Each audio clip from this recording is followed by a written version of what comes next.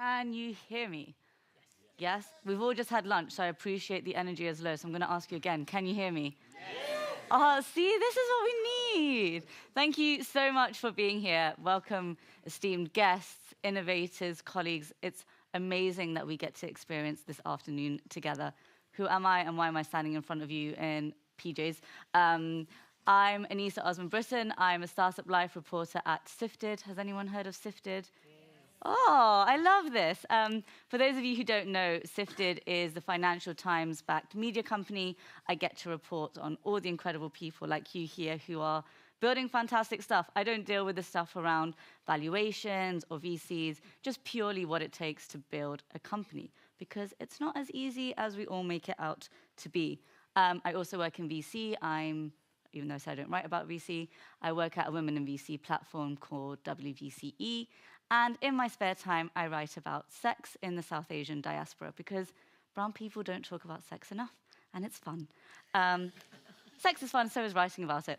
So I am super duper interested in the intersection of the future of information and storytelling, which is why it's such a pleasure to be here with all of you fantastic people today. And we are here to celebrate Global MediaTech Pitch Day's first ever event. Can I get a little woohoo? Yeah, lovely. It's a day that sits perfectly and comfortably at that intersection of media and technology and innovation and all the good stuff that we love. So I'm going to be here as your MC, taking you through the day. I will be changing hats and taking this wonderful seat here as a panelist, and then sitting alongside you as we listen to all the fantastic pitches that we're going to be having. Can we just give all the people who are going to be pitching later a round of applause so they appreciate how warm the audience is?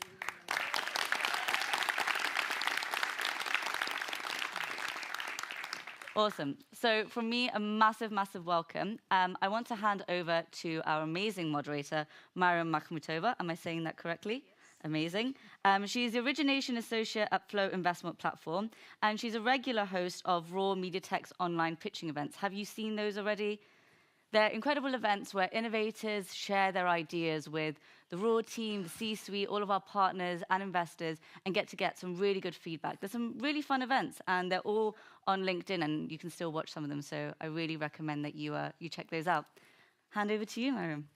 Thank you for the warm introduction. Good afternoon, everyone, and welcome. We will be talking about content creation, distribution, and monetization.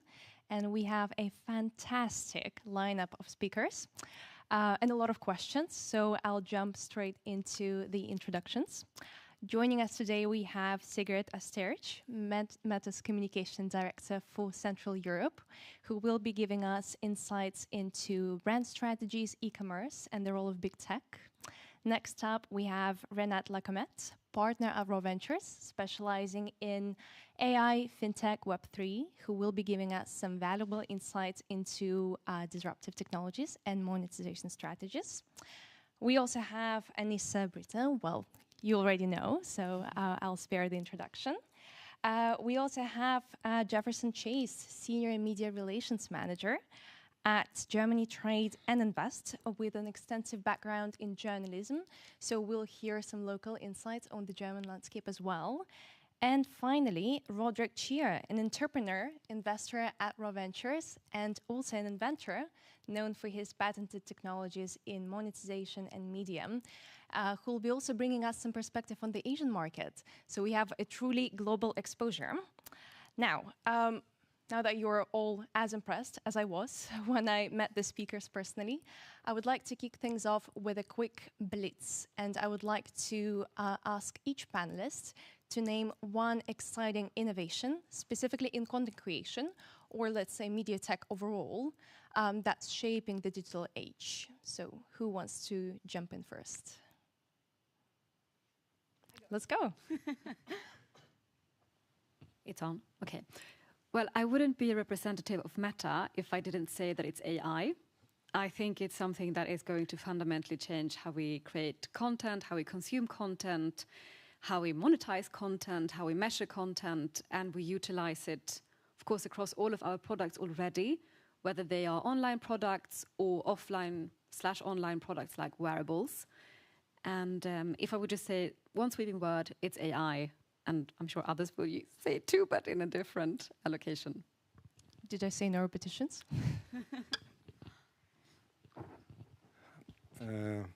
I agree about AI, but in my world, I treating AI as more as Excel it was 20 years ago, because everybody already have AI, and we understand just need to find the way how to use it. So AI is already with us. What I wanted to say, so I see the new era of the attention economy. Everything was related to the different products as tapped on. Different product was consuming the time from our users, and with users investing their time in the fact to receive something, some incentive for them. It will be, my feeling, it can become the new trend in the digitalization, content creation, everything related to it. Okay. Something I observe happening in Asia, I don't see so much in this part of the world, is the virtual hosts, in the real-time virtual hosts that you see in the live sessions, where the host looks like a normal human beings, but it's virtual and it's real time, which means that whatever thing you say, they will just act out like as if it's real. And sometimes to a point that you're not very sure if this is a real person hosting or it's actually an intelligence, digital intelligence behind doing the show. And this is quite amazing. I'm real, guys. I'm sure. But I guess I'm not going to be sitting here soon enough. I'm going to cheat a little bit and talk about a specific sort of AI. I think as a former reporter and someone who deals in communications, everything that has to do with taking messages and making them automatically adaptable to various different platforms of different lengths, that's what I see as the big thing, because there's nothing worse than you've written an article or you've made a video and then you're really proud of yourself and then you think, oh, and now I've got to reduce it down to Twitter size or to LinkedIn. I think in the future there's going to be more and more sort of niche platforms that the companies are going to want to use. So anything that will save time to get the message out in sort of an absolutely tailor-made fashion, I think is going to be the big next thing. Very interesting. Well, I guess we have a layout for further discussion now that I know all of the technologies that excite you. Do you want me to answer the question? Well, yes, of course. I understand. I've spoken a lot. I think my answer would go a bit backwards. It's long form. I think long form writing is going to have its time in the sun right now with platforms like Substack absolutely changing how people are not only putting out journalism, but also consuming it and being able to really create what it is you want to read and what information you want to consume from a long form perspective. I am actually quite an active user of Substack, both as a reader and as a writer, so that's a very relevant point. Thank you so much. If we stay in the content creation just for a little bit, I would like to ask specifically Sigrid and then you about content creation. So as you said, brands are adopting AI. What is it that, for example, innovative media tech startups are producing that big brands are adopting, and what could be, for example, the challenges or what's the success? No, I'm going to get rid of my phone in case it's me. I can go first. I would focus on one side, which is the creator side, and the other side, which is around optimizing campaigns for brands. I think on the creator side, what we see as a huge trend right now, speaking on behalf of big platforms that house a lot of creators, is that we see smaller brands utilizing smaller creators to really target their audience and build up engagement and the right kind of reach. So the huge creators that we've seen brands wanting to target and have a home for in the past is still something that penetrates the market, but it's not something that drives brand loyalty, recognition, or love in the same way that it did before. And what we see on the creator side is that they're becoming more and more picky around who they work with, who they collaborate with. They have understood their value. It's much more expensive than it was in the past. And that does not only go for the big ones, but really for the nano creators, the ones that have approximately 1,000 followers, but those followers know them, they feel attached to them. If they sell something, they're more likely to buy it. Now, on the optimization side, this is where AI is coming in on the brand side. This is where we see brands really utilizing tools like Advantage Plus Suite to help them optimize and diversify their campaigns. Meaning that instead of doing trial and error A/B testing manually, as most people did before, it's really something that AI serves for you. So if you're a campaign manager, your life has gotten a lot easier. On the other hand, if you're a creative, your life has gotten a lot worse because you need to create much more visuals, content that you did in the past. This is also something that AI can help with, but the human mind is still very, very creative. And what we see is that the final touch on creatives, when it comes to ideation, when it comes to localization, when it comes to actually fitting in a cultural setup, that's where we still very, very much rely on people skills. Which Agree. also brings the point about community building, right? Although we are sort of becoming more innovative, that brings the question, how can we create this community at different levels? But I didn't mean to interrupt you. No, I was just going to say agree. I think this works. Does it work? It does. So I think my answer, just to build on that and not repeat the same thing, is maybe twofold. Are there any engineers in the room? Oh, great. Love that. How many of you have used Copilot over the last couple of years? Exactly. So I sort of see AI in content a bit like Copilot. Copilot is, let me not do that. It's basically someone that can help you. We used to do it with another person to make sure you didn't make mistakes and that you could speed up your time. You'd basically have someone next to you coding at the same time as you while you talked, and then you switch. Now you have a software to do that for you, and it's really, really helpful. And I feel like in content now, as a content creator, we're starting to do that with AI. It's like checking, is everything working? Can you do all the admin? Can you make sure the invoices go out on time? I've got my own little ChatGPT thing that does my stuff for me because I don't want to do any admin. And I sit in exactly that nano influencer space where, because I do long form mostly, I have however many subscribers on Substack, which is in the tens of thousands, but my Instagram is much smaller, like 2,000-3,000. And AI allows me to use all of that stuff in the most efficient way possible. Because I don't want to be spending hours creating content or filming myself. That's not my strong suit, and it never will be. And I think what's really fascinating also about how we're now using AI as well is that final bit on ideation. It's like, okay, I've got all of this stuff. Maybe I've got this long piece of article, and you were talking about how do you use that on all the other niche platforms.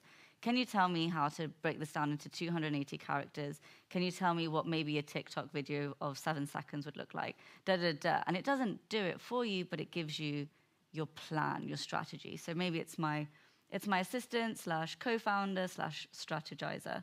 And to be honest, like most of it that I would use is within ChatGPT, or if I'm in my coding bag, Claude. Very nice. So I guess that allows us to focus on the important things, right, and simplifies the other things. Jefferson, I would like to ask you on the sort of public perspective. How is the AI adoption, for example, in German media? Well, I think for the people who aren't familiar with Germany, I think you'd compare it to, it's kind of the super tanker of Europe. It takes a long time to get going sometimes. It takes a long time to switch directions, but once it's headed somewhere, it goes for it in a big way. And everything digital, that's been the case with AI. About 2 or 3 years ago, Germany is a country where 99% of companies are small to medium-sized businesses, and they basically didn't care. That's changed radically. There was a recent study out that it's about the penetration rate is about 20% right now, but more than half of companies say they need to get up to speed with it. So it's a huge business opportunity, I think especially for small companies and startups, it's a great chance if you can figure out how to make AI useful to this backbone of the German economy, the small and medium-sized enterprises. There's a lot of interest. There's also a lot more support from the government than there has been in the past 2 years. It's really taken off. There's over $1 billion in public funds, if I'm not mistaken, available to promoting AI, and it's on the official government agenda. So it's a really good time to be here because you're ahead of the curve. It's very nice to hear that there is support from all the ways. Let's move to distribution, and I would like to start with Renat here. So maybe could you please comment, how have distribution channels changed over the last 5-7 years, and where will they be heading in the next 5 years into the future? First of all, it's a little bit dangerous to talk about alternative distribution channels being close to Meta, but I will try to do it. But second, so we are not talking now, we are living in an age of very fast changes, and it's not 5-7 years, and it's even 2 years ago, and what we're having now, so it's channel significant changing.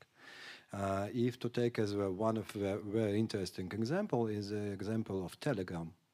Telegram now is 1 billion users, users who have all the activities, personal and business, already there.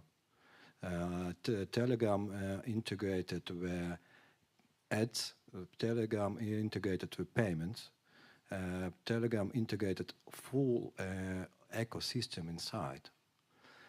It for sure, if everything will be okay with Durov, we hope that fans will release him and he will continue to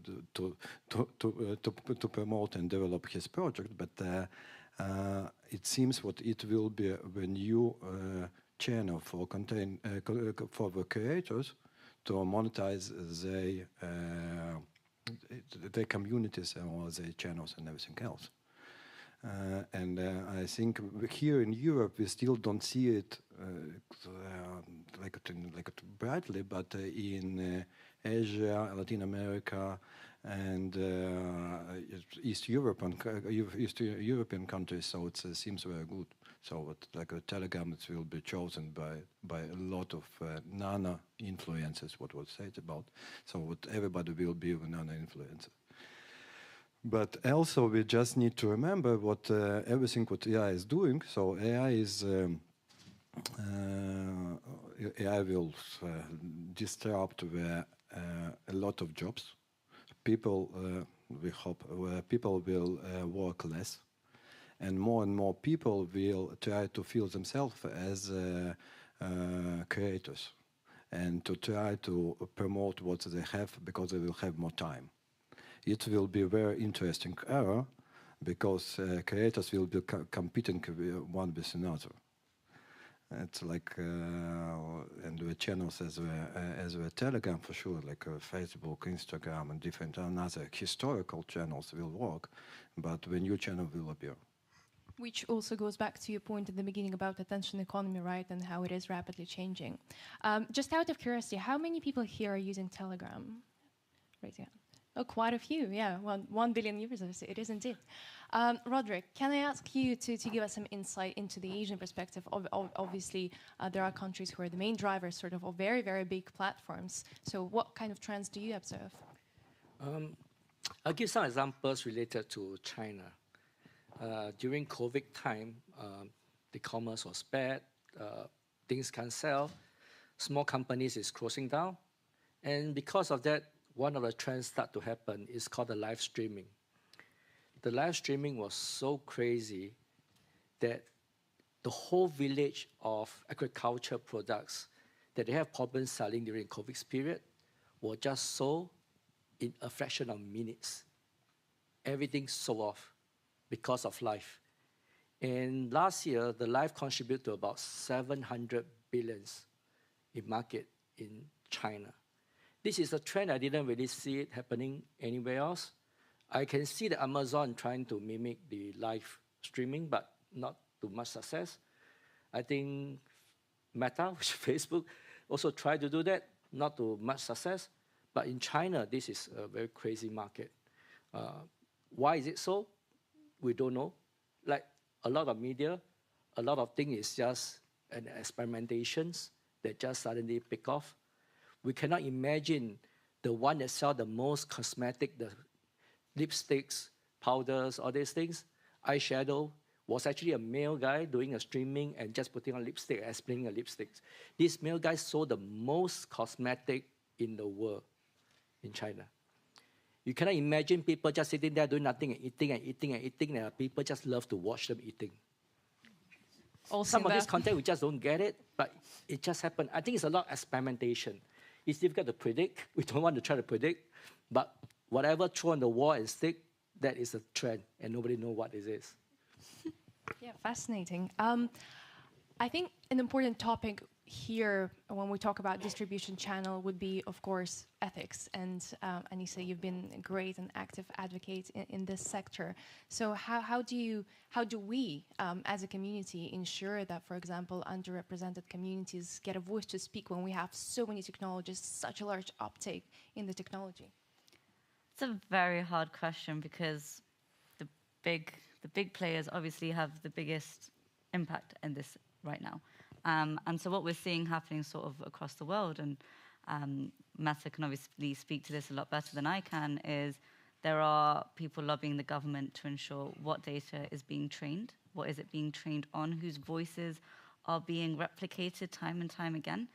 And I think our role, if anything right now, is to be lobbyists in this space. It's to say, hey, look, we have all this information, we have all this content, but what is it being trained on? If we know that the tops of most careers are white men, in this part of the world especially, we're going to know that what is being replicated represents their viewpoint, their worldview, their work, their ethics. So that's the first thing. The second thing that we're seeing a lot of, and again, you should be talking on this and not me, is paying people, and the question of, do you pay the creators that AI models are training on, and what does that then open it up to? Or are we saying this is a golden circle rule, like at some point this is going to be in the benefit for everyone?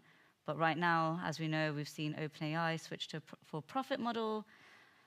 So it's all very, very murky. So for us in the room, I'd say there's 2 or 3 things. It's one, it's the lobbying. It's how do you get involved? There are roundtables happening with governments everywhere. Germany's got lots of stuff happening right now. London's very publicly doing it, where they had their AI conference.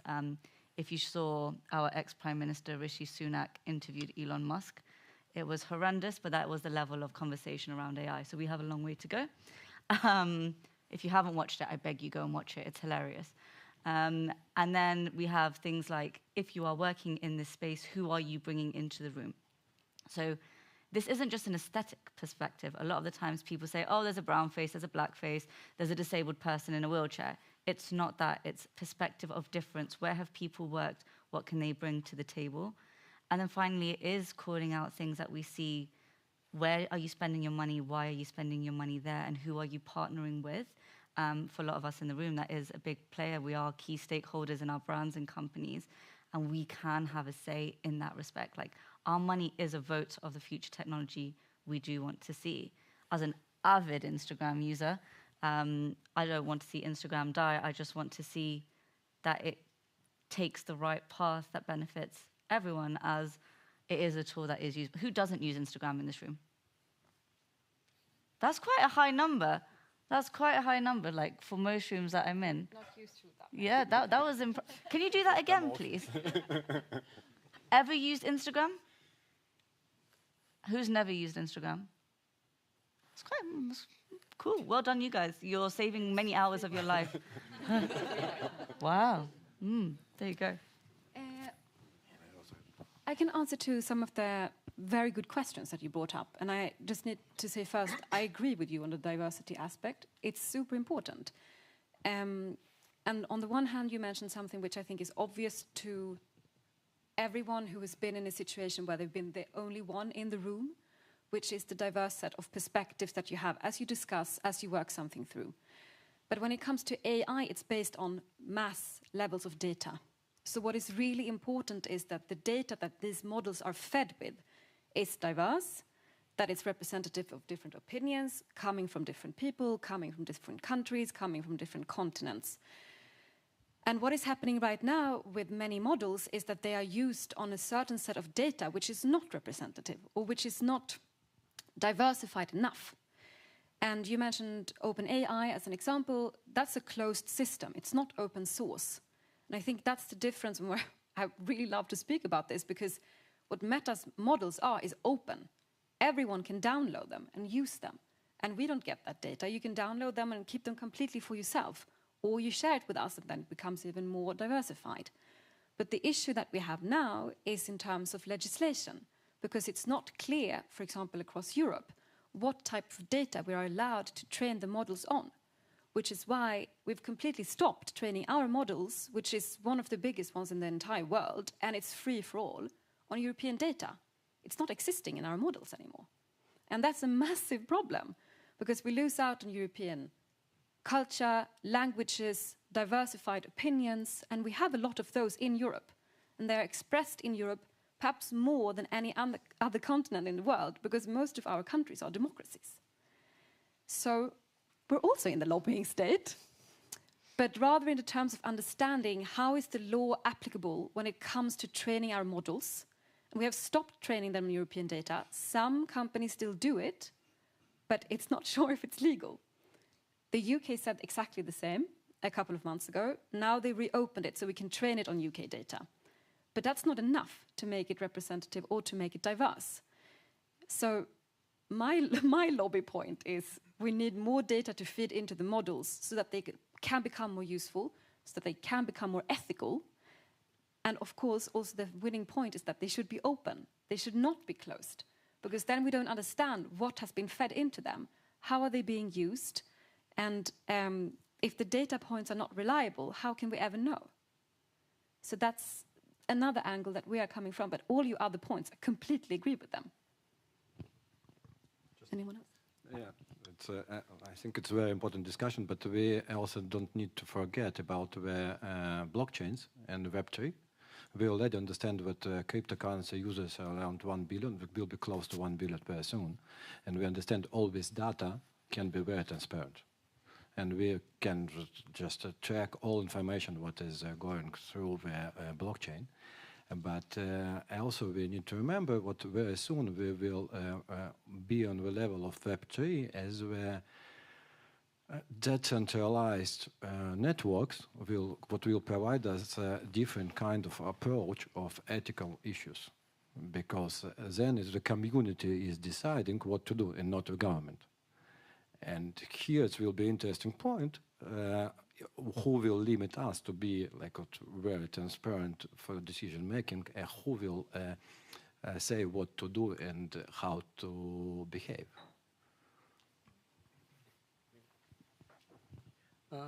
Let me add something related to this legal framework.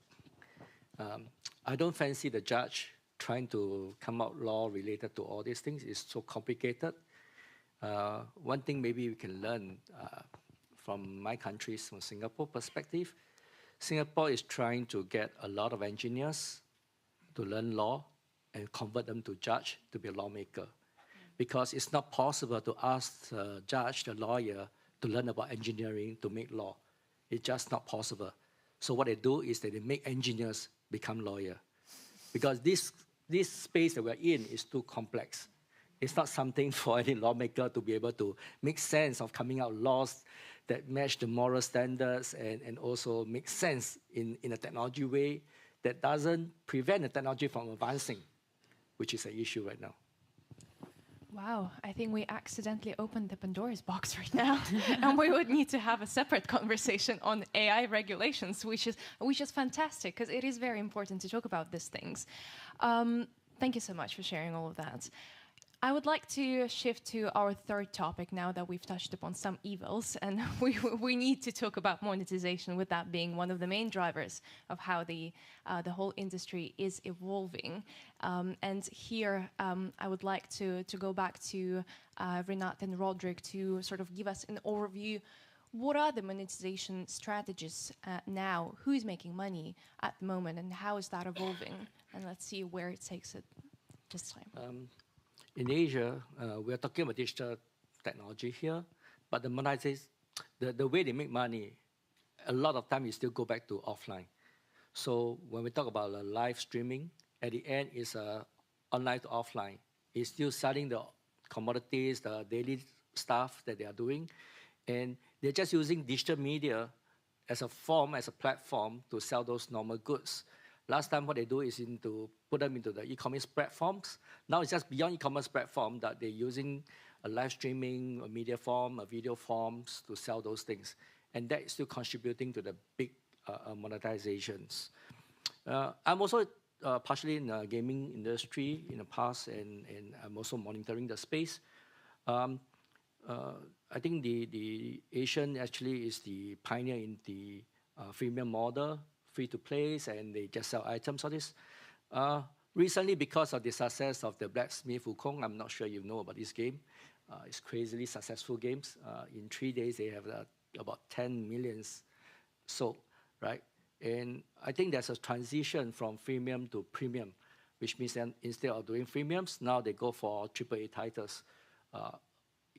Previously, they thought that maybe the Asian is just not good in coming up with AAA titles. But after this success, I think there is a change of attitudes to it coming up a much more higher quality contents. So I can see the shift there. Yeah, I don't know exactly what happened in Asia from a point of perspective of online streaming, etc. But indeed, so my feeling, what everybody who is sitting in this room and everybody can create the new stream for himself, new money, because all of us we can have something to sell from the perspective of content what we can create. And AI is really helping us, because AI now can generate content on different level of quality, because you just need to have an idea what you want to promote, and you can do it easy in 5 seconds. So I believe what in this world of nano influencers, what people will be able to promote through their engaged community, more and more content or stuff or things, etc., etc. And I already see the case of TikTok, what TikTok is doing, what they just released this year or last year, they released TikTok shop, what doing your streaming, in TikTok you already can buy everything. And according to recent researchers, it's showing what this year, this Christmas, more than 50% of Gen Z will buy the gift in closed ecosystem of TikTok. So what does it mean? What everybody, and it's very trackable, so everybody who is influencer in TikTok, he will receive his commission, his fee for promoting with his something what he's promoting. And like it's opening the new era of shopping, and also new money for everybody who is able to invest his time in content creation. And what about sort of if we talk about Web3 and you mentioned new money, and whenever you mentioned that, I was like, okay, we are talking about sort of cryptocurrency, which I don't want to go into massively. A different topic, yeah? Yeah, it's a slightly different topic, but how would you see that contributing to the whole economy and how content creators are making money?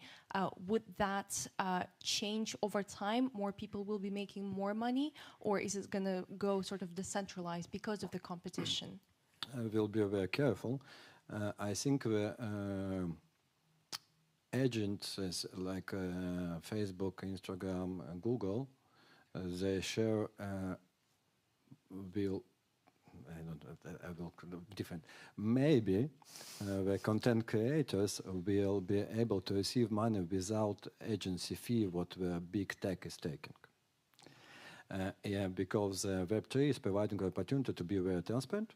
So you understand who is buying the product, who is promoting the product, and no fee what is paid for the advertising, paid advertising to Google, to Facebook, and to in another channels, what is now it's massively paid. And then the content creator can take more money home. Okay, interesting. I see.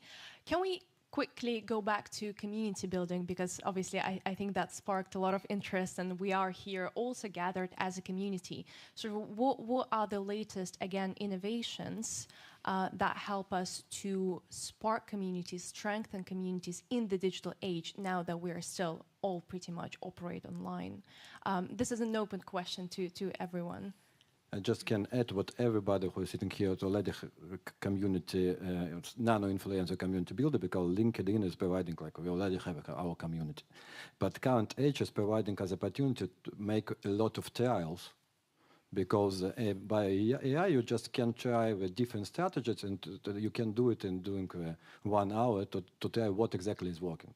It's very interesting because it's like giving the opportunity to monetize your community better. I think another trend that I want to talk about, which is not related to Meta, surprise, is something that you mentioned before, which is Substack.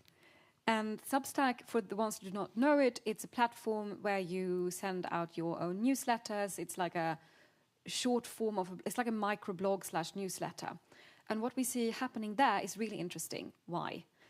On some platforms, like TikTok or Instagram, most creators earn their money by selling stuff. So they built up a following, they built up a community, but in order to monetize that, they need to ship things. Whether it is a Christmas gift wish list or a lipstick or I don't know what. But what we see on Substack and similar platforms is that their communities pay for their content. They pay for the quality of the content, whether it's long form, hit and shit lists, or if it's an author who's teasing out a new book. They pay for text. And this is something which is quite new. Even when we had blogs, like that came about 20 years ago, people were not paying for content. They were still clicking on affiliate links, they were buying shoes because you had a fashion blog, etc., etc., etc. So you first had to build your community, and then you could start to ship stuff. And that was dependent on agency fees or PR agencies or platforms like us to help promote their content. But for the ones who already have a small community or who tries out to build it on platforms like Substack, they come there for you. They come there for your ideas, and they're willing to pay for it. Just as we were willing to pay for newspapers to read your articles in the past, which most people are not doing. The subscription model for offline newspapers is completely dying. I mean, you see this in Germany, you see this all around the world. It's only online, that's how they're going to survive. But the other aspect is, where people actually pay for the content, is not really the newspaper. If there's a paywall, most people don't go in and pay €5 to read an article, but they pay for your Substack. And I think that's where more individuals and creators will start to build up their profiles and focus more on long form or short form, but where it's quality first and not quantity first, because that's why you come there. And this is probably something that will start to mirror also on other platforms that do more attention economy or fast type of content, because that's what we see at least one stream of publicum craving right now. I'm sure you can I add a line to that? Absolutely. 100%. Yeah, I love you. Let's do 100 that way. So I hand the mic to you, so you've got it full. I think the really good thing that Substack has done is it's profited on the idea that we all buy into people. So this is why the creator economy works so well, why we like influencers. But it also understands that we are being influenced to buy shit we don't need because that's how they make money. But Substack does the thing of profiting on initially truth and journalism and people you trusted to now ideas and opinion. And I think it's managed to merge in this era of misinformation post-Trump's first election. Not first, but you know what I mean, the first time he ran. I'm not trying to predict that future either. And has really managed to merge those two worlds. And I completely agree. I feel like that is a trend we are going to see more and more, where we've seen on TikTok, and I think China led it, the idea of the de-influencer. You don't need this stuff. Why don't you need this stuff? And Substack is the next stage of that, which is buy stuff that you actually need, which is knowledge. And I think it works really well, the knowledge economy. And we see it also with podcasts. More and more podcasters are locking up certain episodes, and you have to pay to see them, or you have to listen to them. And it's working. It's not a huge amount. Maybe it's €2 for an episode, but people love those podcasters. They're willing to pay. And in those episodes, there's no advertisement because they don't need it anymore. If you pay €2 and you have a followership of 1 million people, and half of them decide to pay, you have enough money to cover that episode and more. So it's not just on Substack, it's something that is spilling over. And I think that's really, really interesting. And not sure what we will make about it yet, but I think it's a very good development. I have a 30-second comment because I've just seen him holding up a number 1 over there. I agree completely. As someone whose job it is to basically market the Federal Republic of Germany, we can buy advertisement, we can do that, but it's much more effective, for instance, on LinkedIn, to find groups of people who are already there, who are interested in what you do, and then treat them like reasonable people who want quality and not sort of generic computer-generated crap, I think would be the word. Awesome. Thank you so much. Before we wrap up, we will have something special for the audience, but I would like to thank all of our panelists, and please give them a round of applause for such an insightful discussion.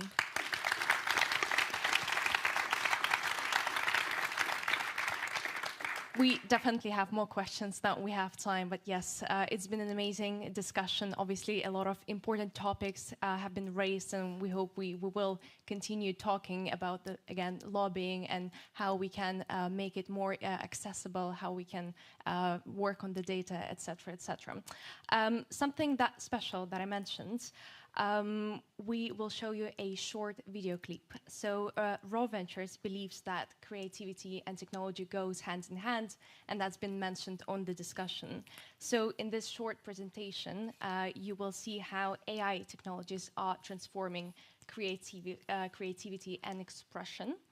Raw Ventures communications manager paintings have been brought to life by their team of analysts using AI animation and AI music tools. So this is very exciting, and yeah, I would like to draw your attention to the screen.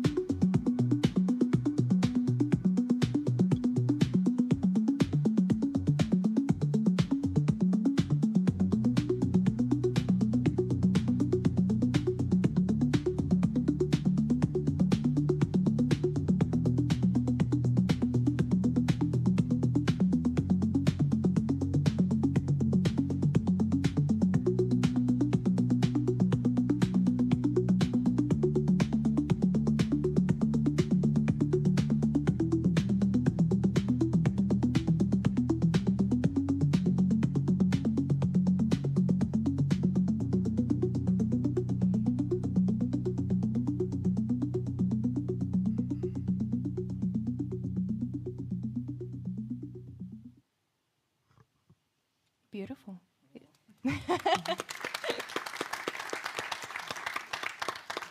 Again, thanks for your time. We will go into a short 10-minute break, but please be back because we will begin our pitches, which is the most exciting part of the day. Thank you again.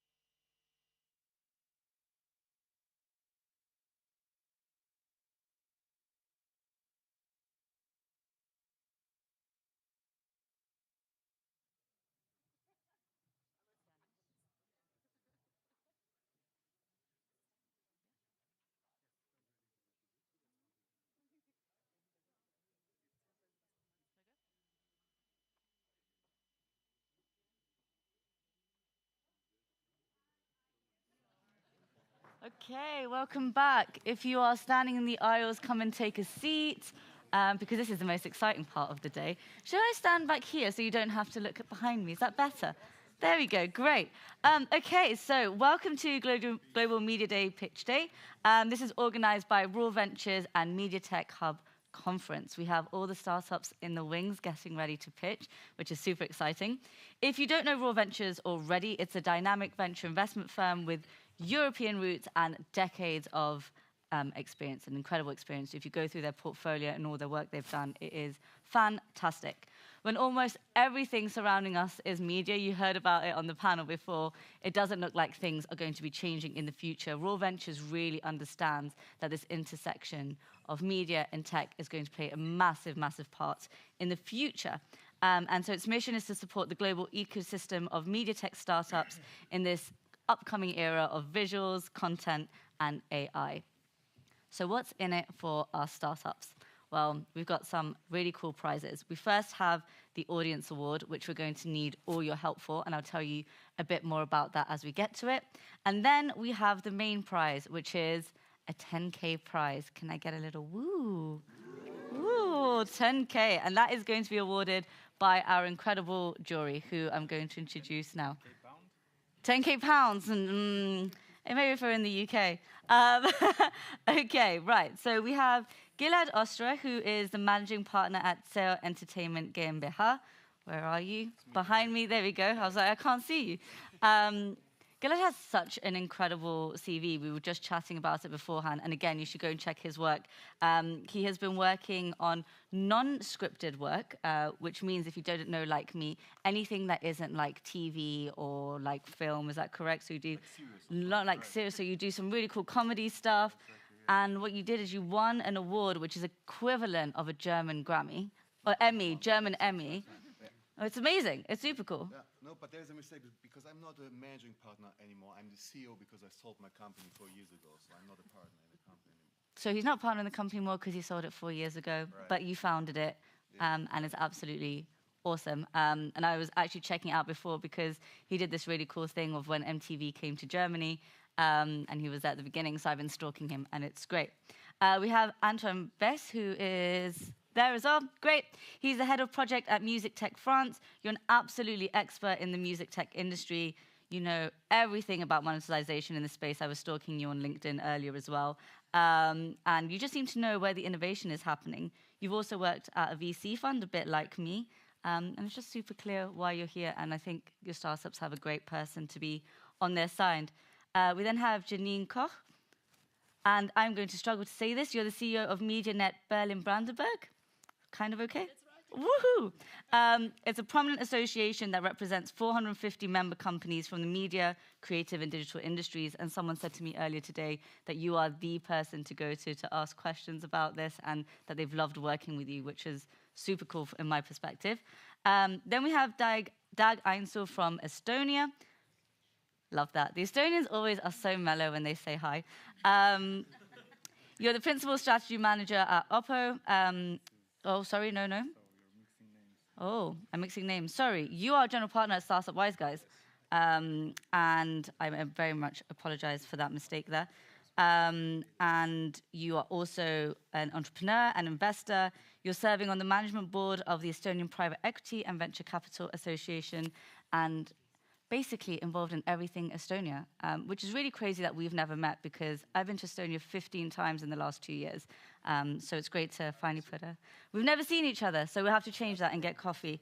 And then lastly, Adi, I'm very, very sorry, not lastly, but second to last, who is a principal strategy manager at Oppo, where he is responsible for sourcing cutting-edge technologies. You've done some amazing stuff in digital health, audio, and you're now looking at AR and VR, to name but a few of the cutting-edge technologies you are working with. Okay, and last but not least, we've got Victoria Palatnik. You're the CEO and managing partner of Raw Ventures. You've been such a massive driving force in digital media, edtech, health tech, and big data sectors, and that's not to mention your previous life of being an entrepreneur yourself. You have an extensive experience as an investor. You've backed almost over 100 companies, is that correct? And it's incredible to see how you've been leveraging and your expertise to guide this innovation and work with the up-and-coming generation. I'd actually love to invite you up to say a few words to speak to this audience about why we're here today. Hello? Yes. Thank you very much, all of you, for coming over today. And it was extremely difficult to choose 8 companies, 8 startups, who will be presenting and pitching to us today out of tremendous amount of applications that we had. So we do have high expectations for those pitches, obviously. I'm happy to be here, actually. It's our 3rd year that we're doing this event.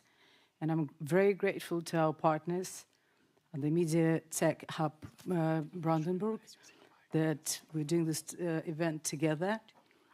And we are at Raw Ventures are committed to MediaTech and innovations and what's happening around us in life in terms of how we communicate, in terms of how we consume entertainment, whatever we do. It's all a lot to do with media technologies. So I welcome you to look and listen to pitches and find out the next amazing opportunity. Thank you.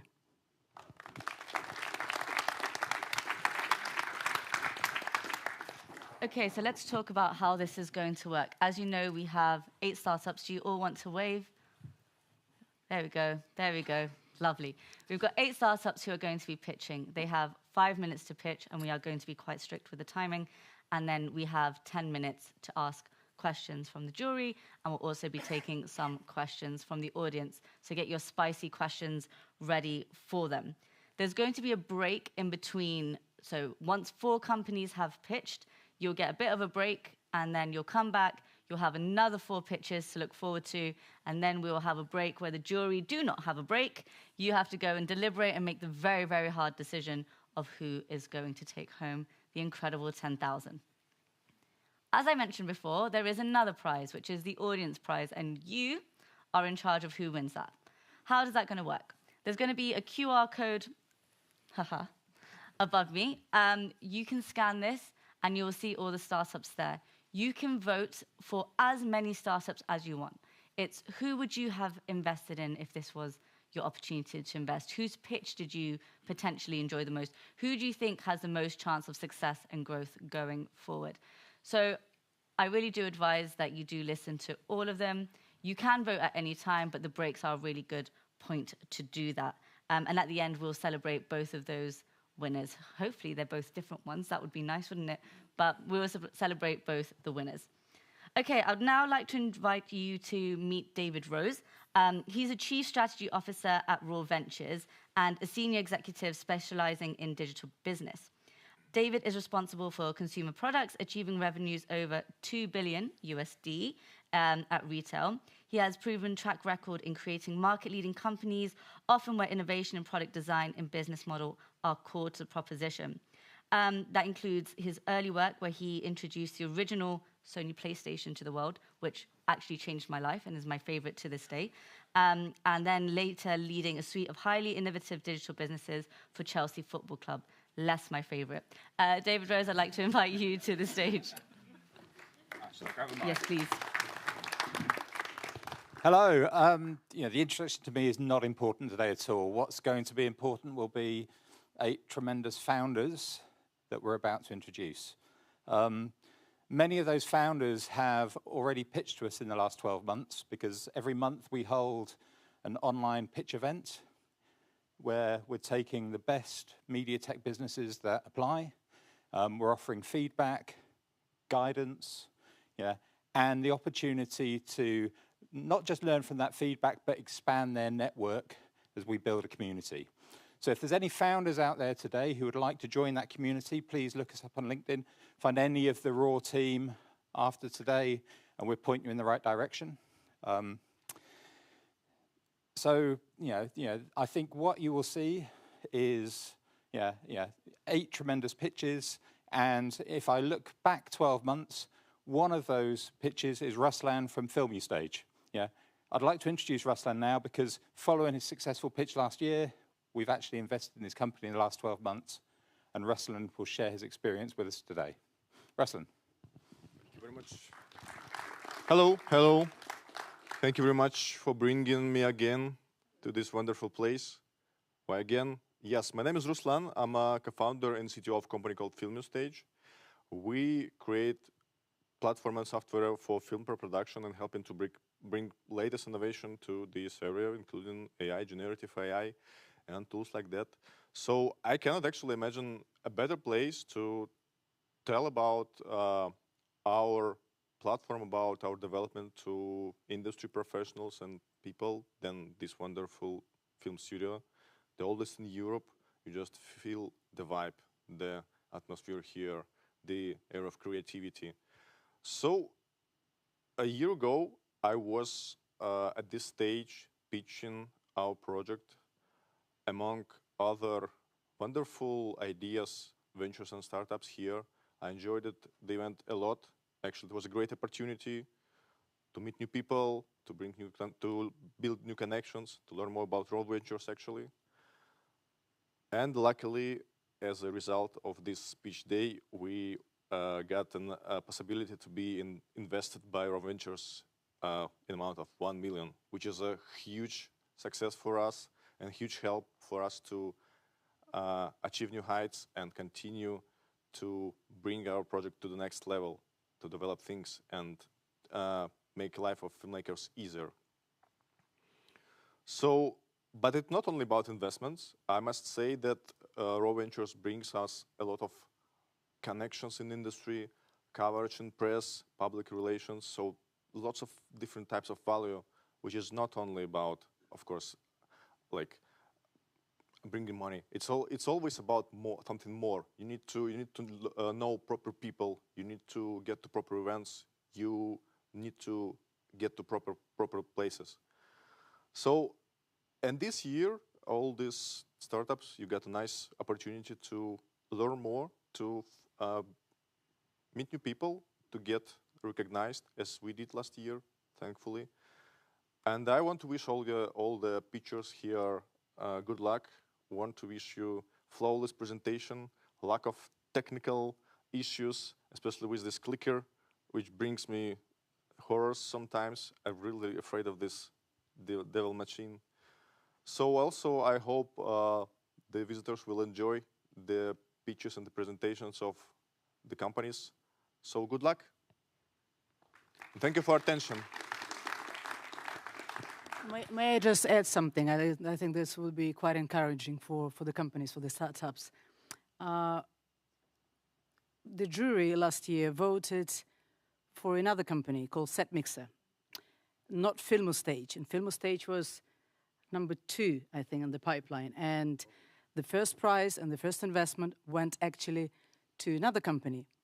But then, what I mean is we continued our discussions with FilmStage and also made a decision in the next couple of months to proceed with the investment. So we've actually invested in 2 companies out of 8, not just 1.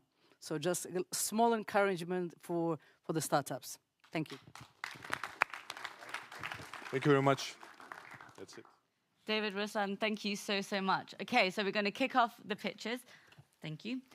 First up, we have Nick Lahoyka, who is going to be representing Vocal Image.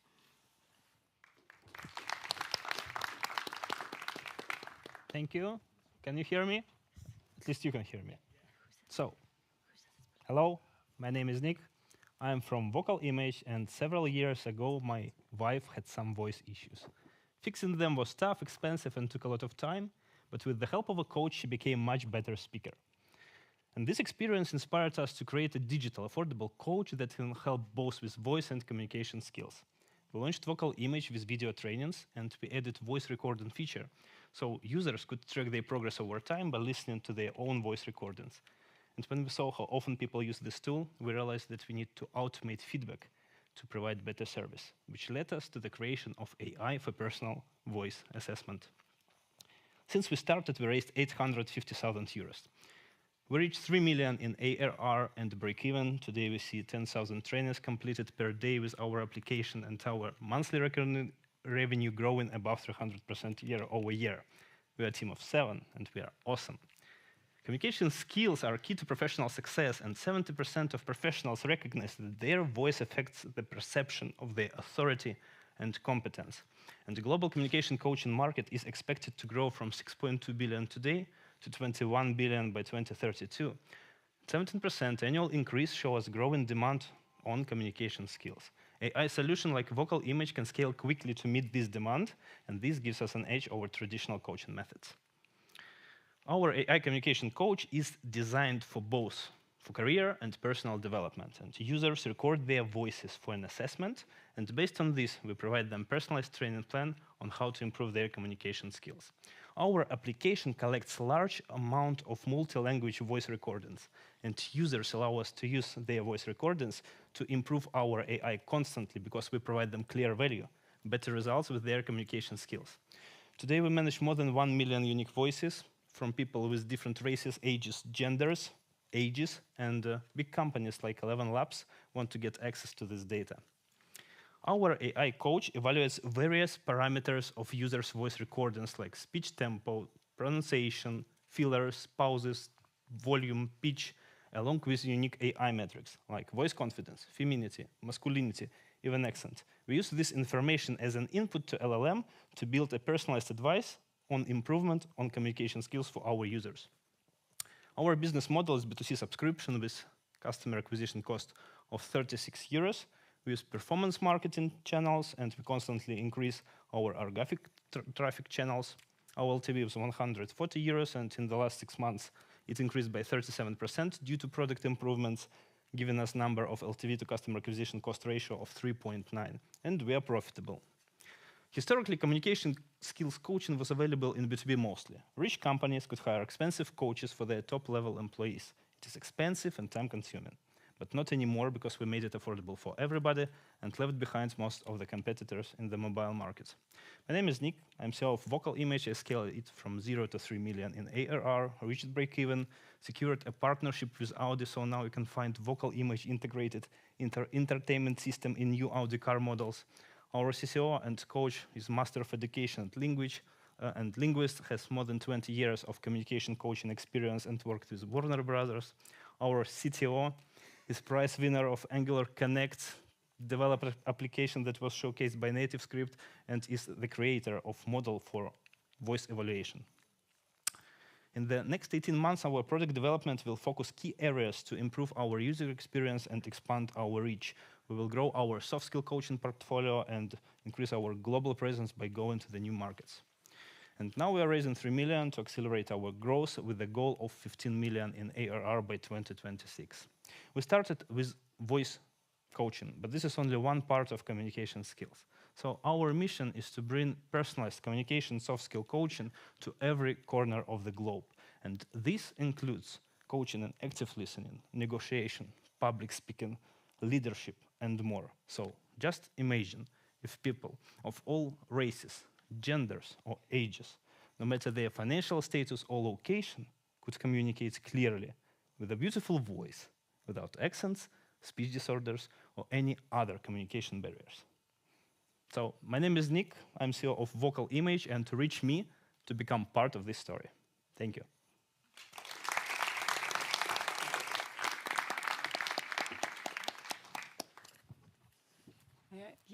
Thank you very much, Nick.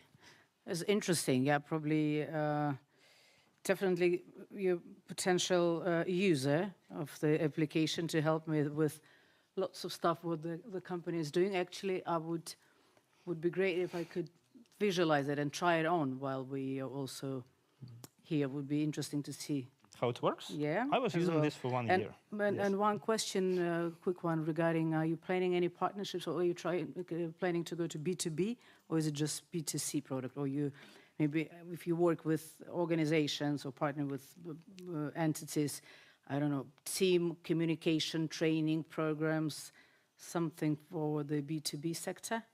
We see huge potential in B2B market, but now we are a team of 7 people.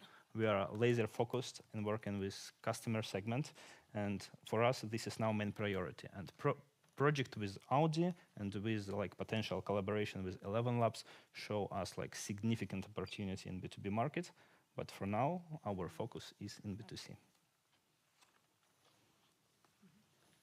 Thank you for the presentation. I was wondering, how do you get people to stay on the app? Because you got a great LTV on cake. So I wanted to know how you managed to keep the people on your application. This is a good question, and I think this is the really tough question for any founder from B2C application. But our best cohort shows retention of the first month is 90%. And I want to describe the biggest difference between B2C subscription and B2B SaaS subscription. Like when customer churn in B2B SaaS, it's never come back probably. But with B2C subscription, you can re-engage them again and again and again. So we effectively double our historical cohorts by launching every new update and releasing all new content. And by the way, we try to make it like lifelong journey and habit. And this is as well the big difference between real coach and our subscription-based small bite application. So how it works? Actually, if we compare us with a coach can show you mistakes, but it's up to you to convert these mistakes and skills with practice into real life habit to use this tool. Right? Coach will show you mistakes, but you need to be motivated enough to train by yourself. And we give practice every day. So that's how we can keep our users as long as possible. You said in the beginning that you use the voices and everything for training as well for the app. Yes. Is there any kind of opportunity that the people can opt out of this due to GDPR regulations? Yes, definitely, and we complied with GDPR since we started. We store all data in AWS servers inside of Europe, and during onboarding process in the application, there is a special page with consent. You can give your consent, or you can don't give your consent, and later you can opt out and delete all your personal data related to our application. Hi, Nick. So I first must admit that we are investor in Vocal Image, so I know Nick for a long time. 4 times. Yeah, 4 times, yeah. My question is about, if you raise next million, so how are you going to spend it, how are you going to use it, and what would be, the things you want to do and to take it to the next level? So when we raise our 3 million, our next goal is to accelerate our growth in the next 18 months up to 15 million ARR. And how will we do that? We will grow a little bit our research and development department to start accelerating with our experiments, implementing new features to our platform. But as well, we build scalable and repeatable process on entering new markets and growing. So now Vocal Image available in 5 languages. This is English, Spanish, German, Russian, and Ukrainian.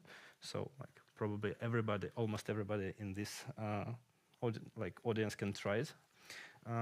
We will enter in new markets and we will grow our soft skill coaching portfolio. So it means that we will add training for negotiations, training for how to pass job interview, how to, speak with your employees if you want. So this will cover almost every professional person in the world, and we will just penetrate with this into new markets. So this is our next goal for 18 months. That's why we're raising, to accelerate mostly. We're going to open up the audience questions. We've got a roving mic. So we've got one on the second row over there. Pitch. My question is about the average sort of lifetime spent on the app. So how often people use it, for example, per week, and when do they churn, sort of the average customer lifetime value? So if you speak about lifetime value, this is 140 euros. And usually at the first time, our customers spend much more time, frequently in the app, at least for the first 4 months, because we have enough content. You come with one use case, we engage you enough, but then you become curious about soft skills overall. You go from one course to another course, from one challenge to another challenge. And when you are good skilled enough, you stop use it a little bit less frequently, maybe once per week, maybe one time when you need to go on stage to lead this event or something, or going online for a stream or just some kind of conference. but we see this doubling of our historical cohorts when we every time launch new content. It's maybe new course or new feature or new AI capabilities in terms of analysis and feedback for our users. So first time, this is really high retention, then people comes a little bit less frequently, but when they release new content, it's like spike again in user retention. And how much is the app? Cost? Yeah, how much does it cost? It depends. I would say it's like for the annual subscription is $79.99, but we also like offer much smaller plans, like 7-day plans, 1 month plan, 3 months plans. So you choose any option that fit yourself. I'll try it. Thank you. You're very welcome. Do we have another question from the audience? Okay, we'll come back to the jury. Hi. Hello. Hi. Can you get back to the competition for a second? Yes. I hope if this horrible clicker will Yeah. help me. So, do you have any information about these apps in terms of their performance, active users, downloads? Yes, if we watch closely at two write-ups, because Coursera is a little bit like a different application, different kind. But if we speak about Speaker and Oraya raised in totally 2.5 million. They're based in the United States. They're backed by TechStars Accelerator. They were working mostly in B2B segment. Then they tried to go to B2C, but they failed. If we speak about Spico, I think this is one of the most capable competitors. They raised in total 120,000 euros, not euros, US dollars, and their revenue is somewhere around, I would say, from $30,000 to $50,000. So far back. In terms of technological capabilities, your specific advantage. So, you mentioned the models you use. Do you do some fine-tuning, for example, the new OpenAI 01, if you can try to use it in the same application, right? Send it recordings, ask it for feedback, will it be able to do something like what a coach does? I'm asking whether the advancement of the big tech can kind of overcome and be generalized enough to provide such services. I think I got your question correctly. So I will start with diving deeper in technology, what we use. So my genius CTO right there, white t-shirt, bald head, developed proprietary model for AI voice evaluation. So what basically he does, he predicts how your voice will be perceived by other users. Like, is it confident? Is it masculine? Is it feminine? Maybe it's monotonous, boring, or sexy one. So this is completely unique thing that even big companies, they don't have this data to teach, because in our case, we have community helping us with marking up this data. This is our competitive advantage. Everything else, I mean, you can use Whisper to transcribe text, to analyze pauses, fillers, but it will be simple speech analysis, not how your voice will be perceived. So in this case, we are stronger, few years apart of competition. Nick, thank you so much. That's your time. Thank you.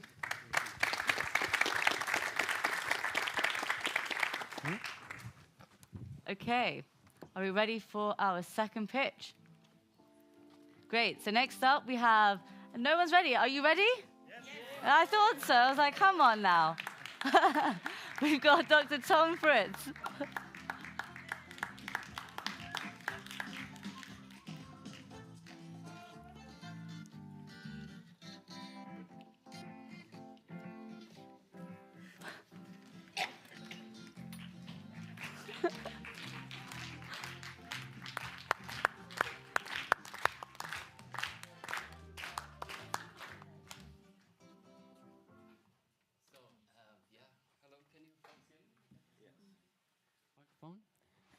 So thank you very much for having us here.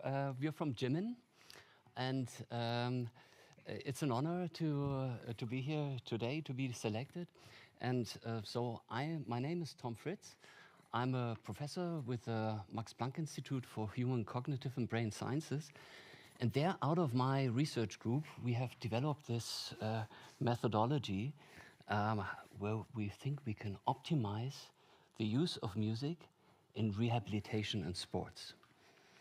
So we do this with our clients, and we address a range of their problems, but also their opportunities.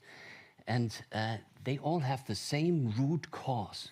And that's this growing health crisis due to a poor physical activity that affects 1 of 4 of us on the whole planet. So this is substantial. And how do we do it?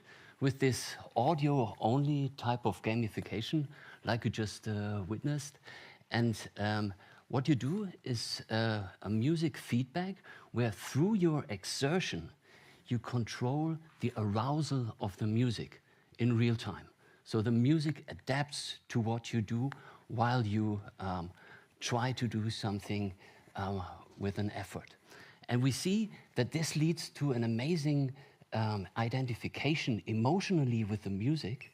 And specifically, we investigate this not only at the Max Planck Institute, but also at these other very renowned research institutes in the world.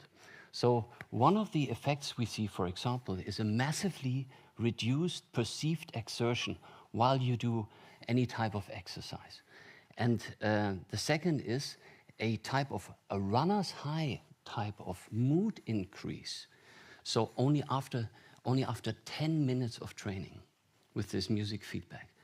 And we also see reduced pain perception, we see increased motivation, and in people who suffer from dementia, we see increased short-term memory and a range of other cognitive effects.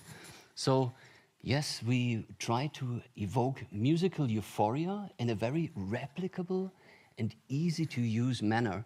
And this is very interesting to our clients, some of whom are market leaders, for example, in fitness device manufacturing. But also we work together with Universal. Universal Music are very interested in our interactive music format because it's interesting also for them, for their clients.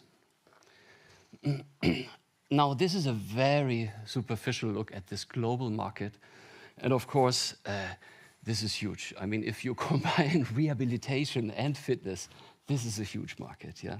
But of course, it's a tricky thing. So the value creation we do is really at certain parameters of the business of our clients.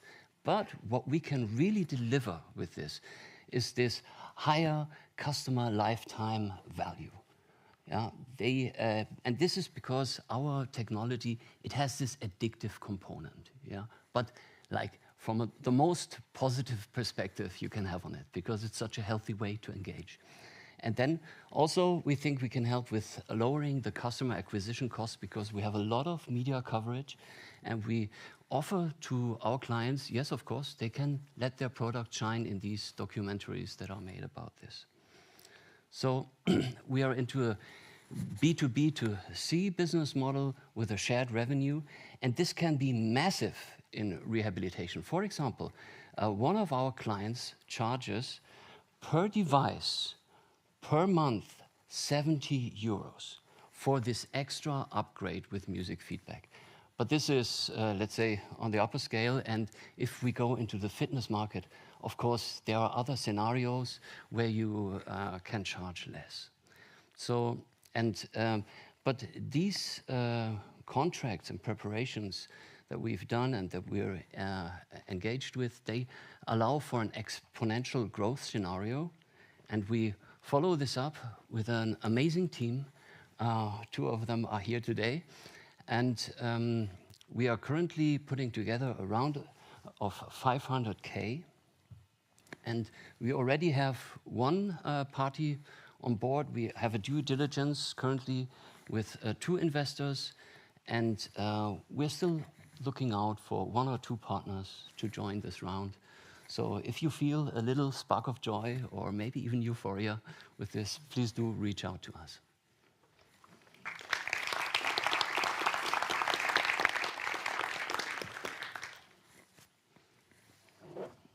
So I assume we can start with questions.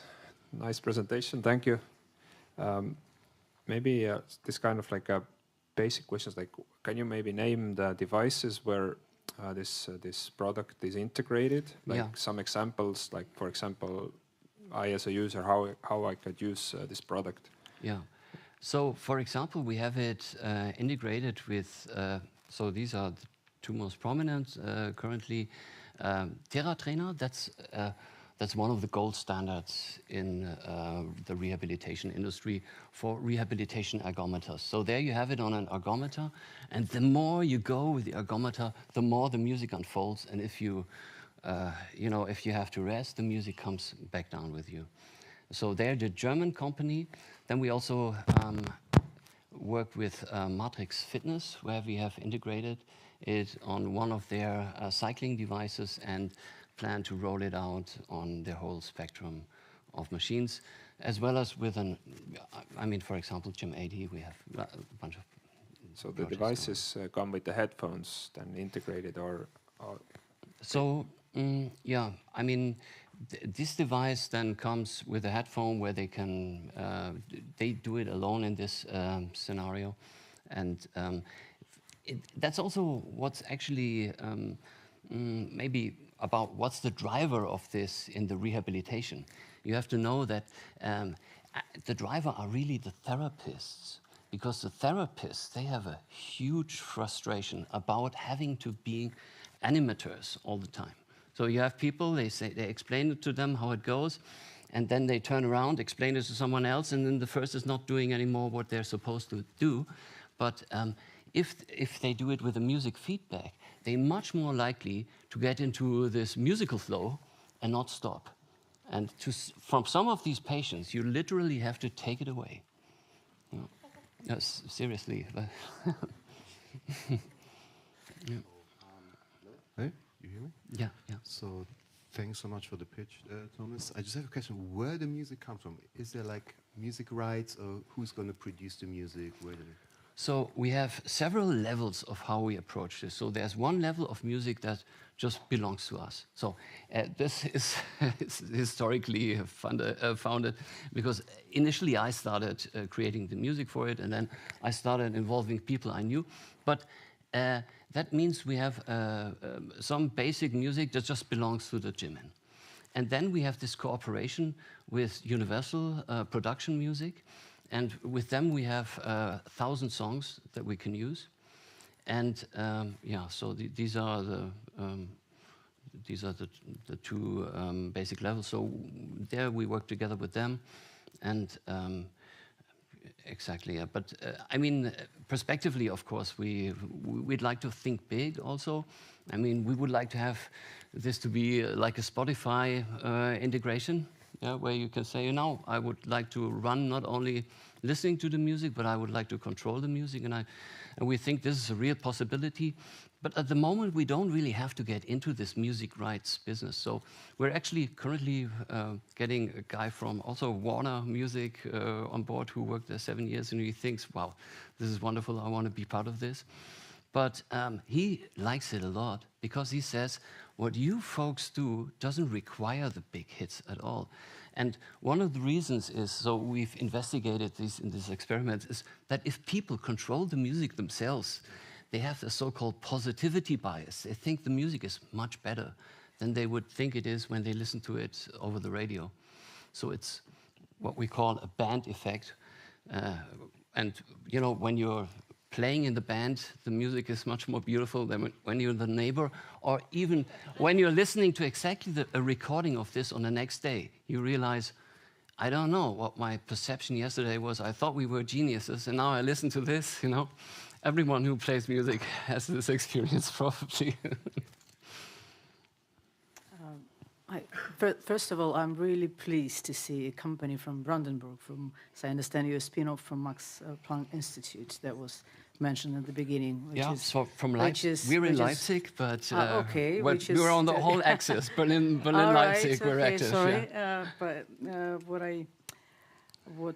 my question was, it's not a question, but probably, do you have any, maybe in your roadmap, any potential partnership negotiations with Spotify or Apple Music, or any kind of share revenue plan? We're very early, but I do have a personal friend who, for example, works at Apple, etc. And I think that it could be a good acquisition, but you know, we're far from that now. But of course, we are also, for example, doing the Jimin with Apple Watches, as we're doing it with other sports watches, and you know, that's certainly something that is amazing. If you, you know, if it responds to your pulse, and you can do a zone 2 training that only brings you until a certain level, and you don't have to watch at your watch all the time if you're in the right parameters, but you just, you know, have fun with the music, and it leads you through an optimal training. Thank you, Jory, for your questions. Oh, one question, maybe. We have about 30 seconds, but go on, make it quick. Question about how you transform the music, and maybe do you think you can use it on the other side? So you work with libraries, so you have music you can transform, but in fact, in usage for television and all these sectors, it could be really useful to have this kind of tool to be able to adapt and then work with the catalog. I mean, I had thought of that, or we had thought of that, you know, this could automatically also, of course, you know, like film cut, etc. This could be quite useful. But yeah, I mean, what we need, so we have this interactive music format where at any point, any time point in the song, you must be able to, you know, to change from totally subtle to super extreme, and then back to the middle, and it's all like super fine grained. And for this, it's usually enough to work with the stems. But we have special methods how we handle these, and how we have an IP on actually how we remix this musical material such that we can we can have this expressiveness, this spontaneous. Okay, thank you, Jory. We are going to take one question from the audience. Your hand is up very quickly. Just wait for the mic. Give me 1 second. Thank you for your presentation and for this app. Will you sell it also to people on B2C? So at the moment, of course, we're such a small team here, and we see that, you know, the most safe way is, of course, to not do it B2C. But we get asked all the time, you know, every time that we're presenting it, we have people come to us and they want to do it. And we are, you know, in our test flight scenario, for example, where we do have, you know, a range of applications you can also do as an app, and also to actually secure our American market right long term. We do have to launch an app on the App Store there, so that we are currently in the process of doing that. While we don't really have, you know, we don't really want to get into the B2C, there will be an opportunity to also use it in not too far away future. Thank you. Dr. Fritz, thank you so much. Yeah, thank you. Yeah.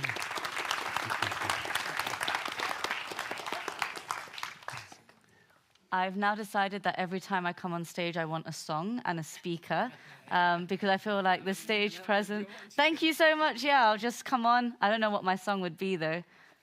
Someone can give me one later on. It'll probably be something terrible like Beyonce. Not that she's terrible. I'm just saying I have terrible music taste. Right. Speaking of, this is now my song. I promise you didn't plan that. Okay, next up, we have Maurizio Rea, who is going to be representing his company, Aerarium Chain. Give him a massive round of applause. Good evening, everyone. My name is Maurizio Rea, and I'm the co-founder of Aerarium Chain. That is a solution that is changing the fine art market and the cultural heritage thanks to digital twins. First of all, let me introduce you our team. Okay, we can do it. Me and my brother, we are the two co-founders. We are both engineers, and we have been building one of the most peculiar team in the world, because we have in the team archaeologists, restorers, CGI experts, AI and Web3 experts. But in this moment, I would like you to look at our board of advisors that we started working with 1 year ago. Why? Because we started our activity mainly on the cultural heritage, that is a very big and huge market for us. But recently, we are focusing on the fine art market. Why? mainly because it is changing. And it is not a fluctuation on the price of the artworks and so on. It is really changing because people that are buying art are changing. And they are changing the way they are using art, and they expect to make collection. So, for example, what is happening is that nowadays, most of the new generation of collectors, they expect to interact with their art at the same way that they interact with everything else. So it's just not you have the painting on your wall, is that you want to see on your mobile everything, every time, and you want to interact, and you expect that all the services are digital, like you do for your car and everything else. That's why we are doing this for them. So basically, we provide trustable and high-accuracy digital twins from 3D scan of real artworks with a scalable process that we have made that integrates digitization and tokenization. Just to give you an example of what does scalability means is that today, usually, an operator do 1 or 2 3D scans per artwork per day, and today we work with 100 because we have been working to re-engineerize the process of making this such a stuff, and we are making it in a very good way, so high quality and trustability. And we do it because nowadays, all of you in front of me are able to do incredible 3D stuff, 3D scanning, because in reality, the point is that our platform that we analyze and make the data the best performing as possible. What can you do with a digital twin? This is the main point. You can do so many stuff that I don't have not only these 5 minutes, but not the whole day to tell to you. But basically, there are 3 services that we are providing. The one that we call care, that everything is related with preservation, diagnostic, and so on, where we are developing our AI algorithm. The second is show. And on this one, I think that we need to investigate better an integration with the media entertainment industry because it's really high potential. And of course, funds with everything related to NFTs and Web3. But this is an example. Usually, the most common service that we provide is check if there is any damage in my artwork after the exhibition. Every time, it is one. So the point is this a test? Are we just testing some new technologies? No, because we are already in the market. We already have traction. We are growing very, very fast. And up to now, we are working with some of the main collection in Italy and abroad. We have more of 4,000 artworks, and we are speaking not only Michelangelo, Donatello, but also Pollock, Frida Kahlo, incredible artworks that you can see like you are really in front of them. So we started, we had a pre-seed in 2022. We all just with VCs. Now, the achievement we reached was so good that they say, okay, we want to go follow on. We already have committed 2 million, but they are just followers. So we need up to 1 million in this moment, up to 1 million to complete outseed round. Because in our business plan, also in the most conservative case, the projection that we can reach going outside from Italy and so on are pretty huge. So I would really thank you for your attention. And if you want to talk to me also later for anything, just book a meeting. And for sure, each of you can get a free NFT just for a gift to understand what we can do. Thank you so much.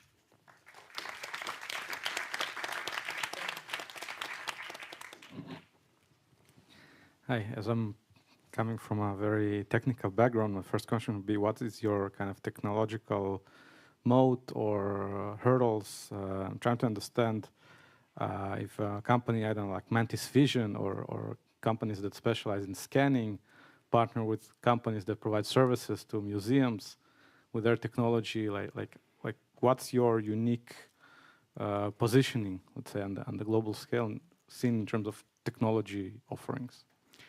I think that our unique positioning is that we are the first that we have been approaching the problem not as a technology or hardware or software, but as a process that is very different. So we have divided the process, selected for each step which were the best technology with the trade-off between cost, reliability, time, and everything else. And then we have been testing it many times in many conditions and so on to get the one that was faster and everything else. And the result also in front of expert today was stunning. So the point we started with some knowledge, but the point was to try to see the whole process in a completely different way. And this is why today we are really different from anyone else. So we do not have the best scanner in the world because it takes time, it costs so much. We have the best scanner that allows to go to a museum, to do the complete collection in a few days, and to have data immediately, and to have data that also for the expert are valuable. I don't know if I have answered correctly to your question. It's okay. I'll let others ask.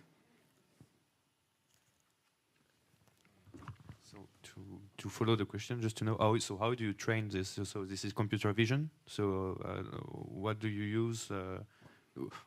Why this is so well adapted to museum? Unless experts and expertise, what data do you use to be able to get this level of accuracy? We have been working on our set of data in the beginning.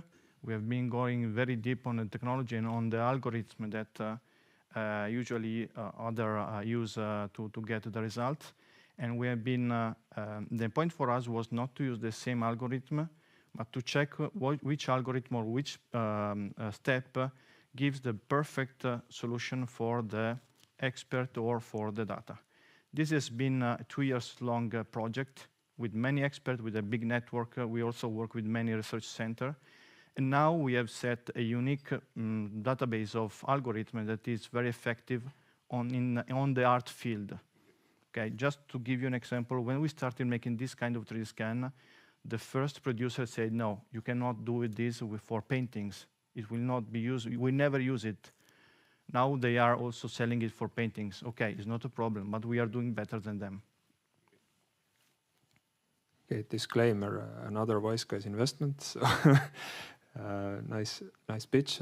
My question is what is your main bottleneck right now to grow faster, and why do you need to raise money? So how do you use the funds, and what's stopping you, growing faster now? In this moment, and this is also the reason why we are not shifting, but we are working both on cultural heritage and fine art market, is the cultural heritage is really promising, but there's timing that is too long, lead time to reach one museum that is too long for us. So maybe you can collect, we are discussing with museums that have collection of 40,000 artworks, and we are discussing for very big project, not only for one, but in the time, but probably we will take another 1 or 2 years to close with them, because for them it's very interesting, but it's something new, they want to understand how to approach and so on. So in this moment, we need to shift more on the fine art, where we already have tested and we have better feedback, people that can make decisions very, very fast. But that also means that we need to work a little bit more on B2C than on B2B. So the point for us is to be able to maintain both of them, because on one, we are our name, of course, it confirms your brand when you work with a big museum. On the other, we want to work with the big, important collectors to be effective and to have also more continuity for the revenue. Jory, thank you so much for your solid questions there. We'd love to throw it out to the audience. There's a question there on the second row. Thank you so much for the pitch. You mentioned feedback. So what do your customers love and hate about using your product so far? What's been the feedback so far? What they love is every time after 5 years, when we show them the 3D, the wow effect is always incredible. Because it feels so true that I had no time, sorry, for the videos, but every time that we make a video, we have to put this video is made by a 3D. It's not a real video. I can show you later if anyone is interested. So this one is very effective and works every time. On the other times, I have to say that in this moment, we are still a little bit working on the experts, because some of our solutions are working better there's some activity that are made by human. And so in this moment, we are working to generate, to make more knowledge in the expert, to make them understand that our point is not to substitute, to make a change between human and machine. But the point where we are working on is to be able to make analysis or make 3D scan of 1,000 of artworks, and then going back to say to the expert, these 5 needs your attention, not 1,000, probably they are not money enough to check, but just the 5 where we find that there is something. And this is something that we are managing, we are working with the university and so on, and time by time, we are trying to overcome also this. Maurizio, thank you so much. Thank you so much. Really appreciate your time. Thank you. Frida Kahlo was such a huge inspiration for me growing up as a kid, so I feel like one day I want to go and see this exhibition. Maybe some of you will join me. You do have time in the break, so if you do want to go see the video, please hit him up. And if you're in the audience and you have a question while the jury is talking, just throw your hand up so we know that we can come to you sooner. Not that I want to cut you on your wonderful questions off too soon. Right, this is the last pitch before we go into our break. So next up, I'd love to invite up Deaf Talk.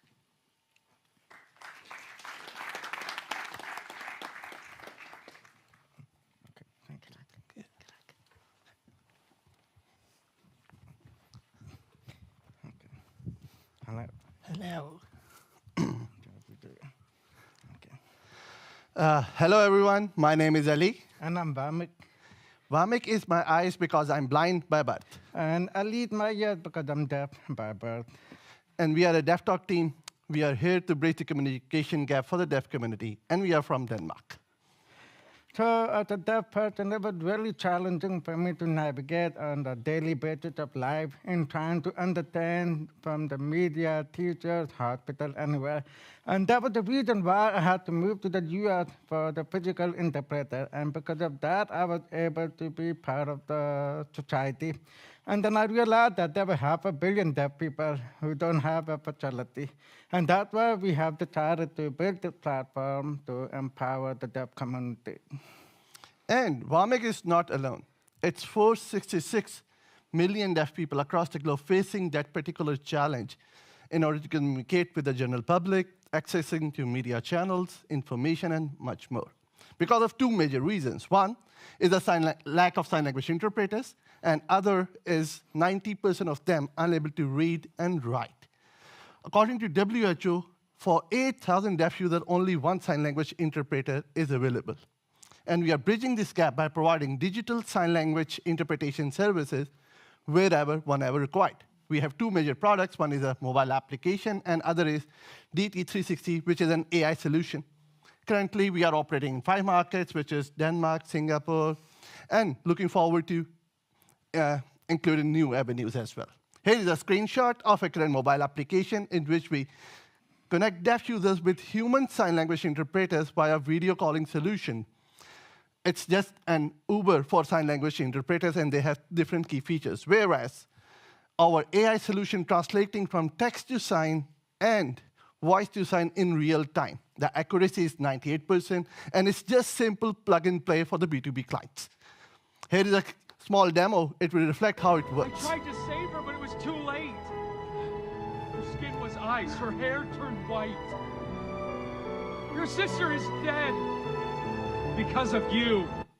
Yes, so in that way, media channels, websites, mobile applications will be fully accessible for the deaf community. So horizon is huge. We are operating for the last 4 years, and if we talk about our traction, it's 1.5 million minutes has been rendered still then. We have 51,000 monthly active users. If we talk about our LTM, which is last 12 months of revenue, it's $1.6 million, and it's all bootstrap. We are not only a business case, but have a huge impact in the life of persons who are hearing impaired. More than 97,000 deaf people have been benefited through Deaf Talk services in the domain of education, employment opportunities, and health services. We are also providing direct job opportunities to 1,800 sign language interpreters. We are one of the largest sign language interpreters company in Europe. If we talk about the global market size, it's $34 billion. And with the growth rate of 25% month on month, we expect to acquire at least 20% of that market share in order to become a unicorn. Well, we are not alone in this market. There are a few competitors as well, but our USP is very clear. We are 24/7 available. We are access on just one click. We are multilingual. And if we talk about our AI technologies, 90% accurate, so which is a robust one, which is in-house built. If we talk about our revenue model, we are operating both B2B and B2C domain. For B2C, it's interpretation, services on demand, which is prepaid and cashless. We charge per minute basis. But for B2B, it's a monthly subscription. Here are some key clients globally which we are working for, such as Singapore International Airlines, DBS Bank, and much more. This is our founding team. I'm looking after the business development. Vamek is looking after the technology, and AQ is looking after the operations side. We all are persons with disability and knows the pain point of this community. That's why we started DevTalk. But we have a very good global team as well who are helping us to scale our services to the global market. Now we are raising 1 million euros, after which half have already been done. And this money we utilize to scale our services to the global market, improve our product side, and improve our recurring revenue to $250 million. Will you join us to bridge this gap in order to be the Google translator for the deaf community across the globe? Thank you.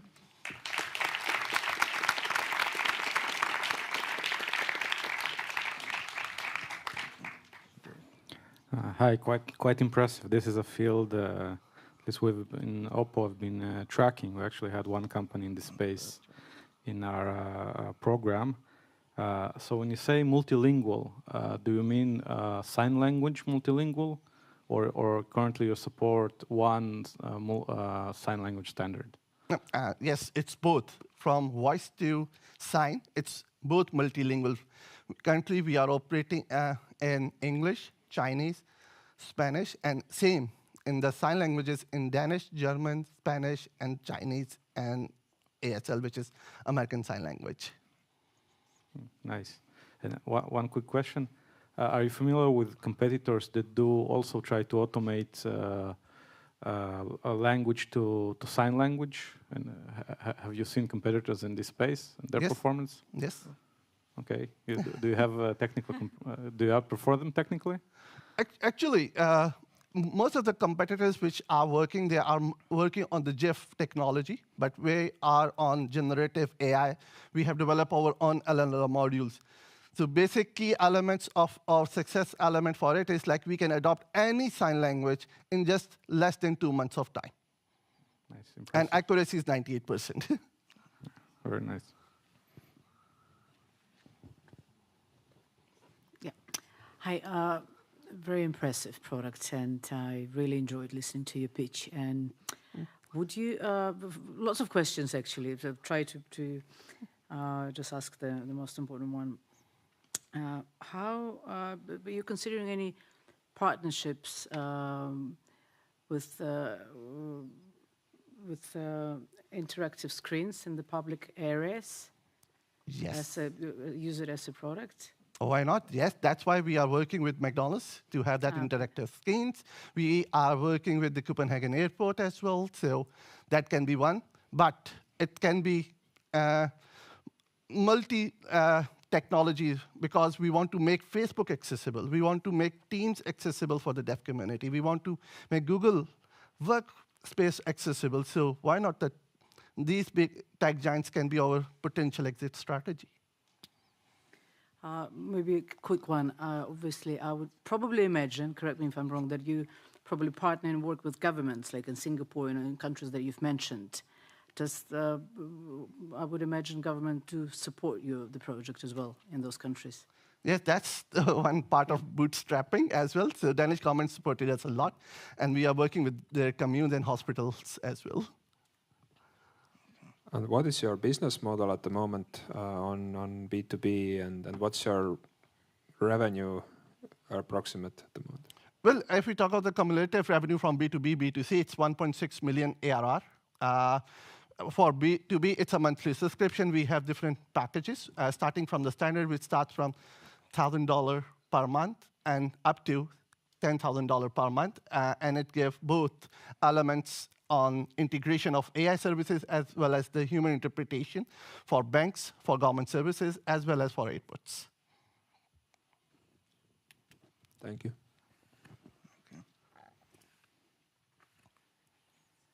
Okay, great. We will hand over to the audience for some questions. I will repeat the questions back to Ali and Wamik because I believe you're lip reading, so that he hears the question. Any questions from the audience? Over here. Just wait for the mic 1 second. Thank you. Thanks. Wonderful presentation.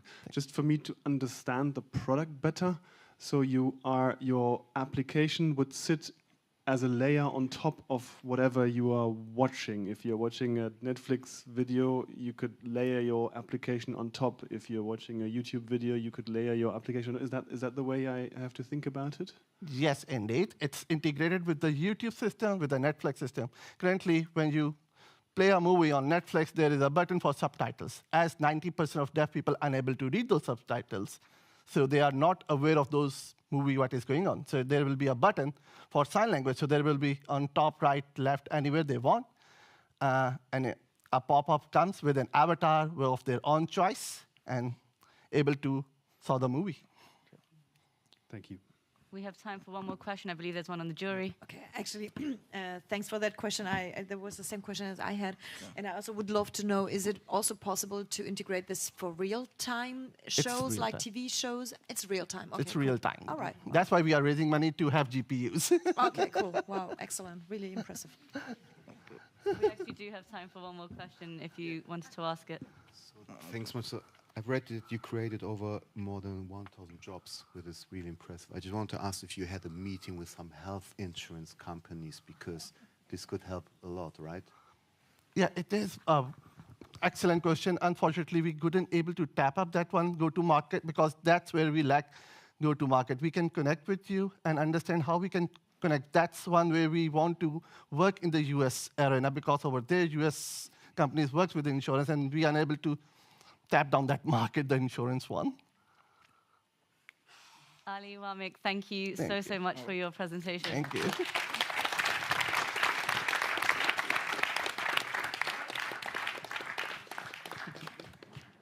Okay, we are going into a 10-minute break. In that time, remember there's a QR code up there. You can start voting. Remember, you can vote for as many as you want. So whoever you would have invested in, whatever you enjoyed, whatever you see working in the real world. And we'll see you back here for the last four.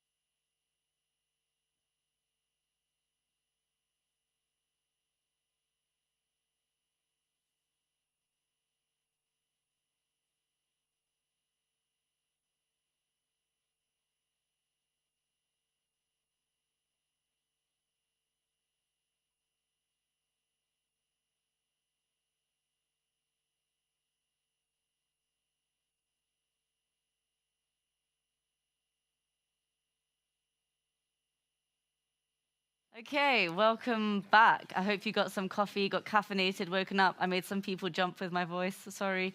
Okay, so we are into the last part of the pitching. We've got 4 more to go. As you can see, we've already got the first one up here. I hope you voted during the break, but if not, you'll have another opportunity at the end of these 4. So without further ado, we've got George Wright from Voclear. Hi, thank you.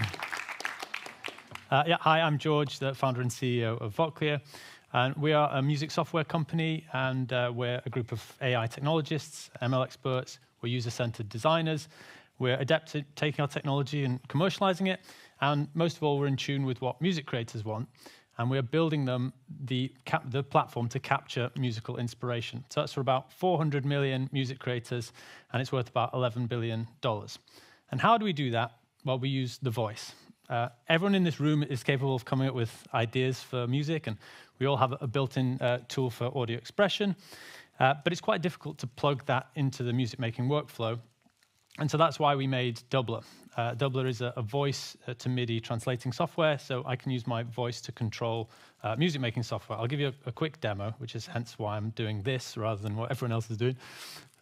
This is the Doubler software. And it's difficult to control when I'm up there.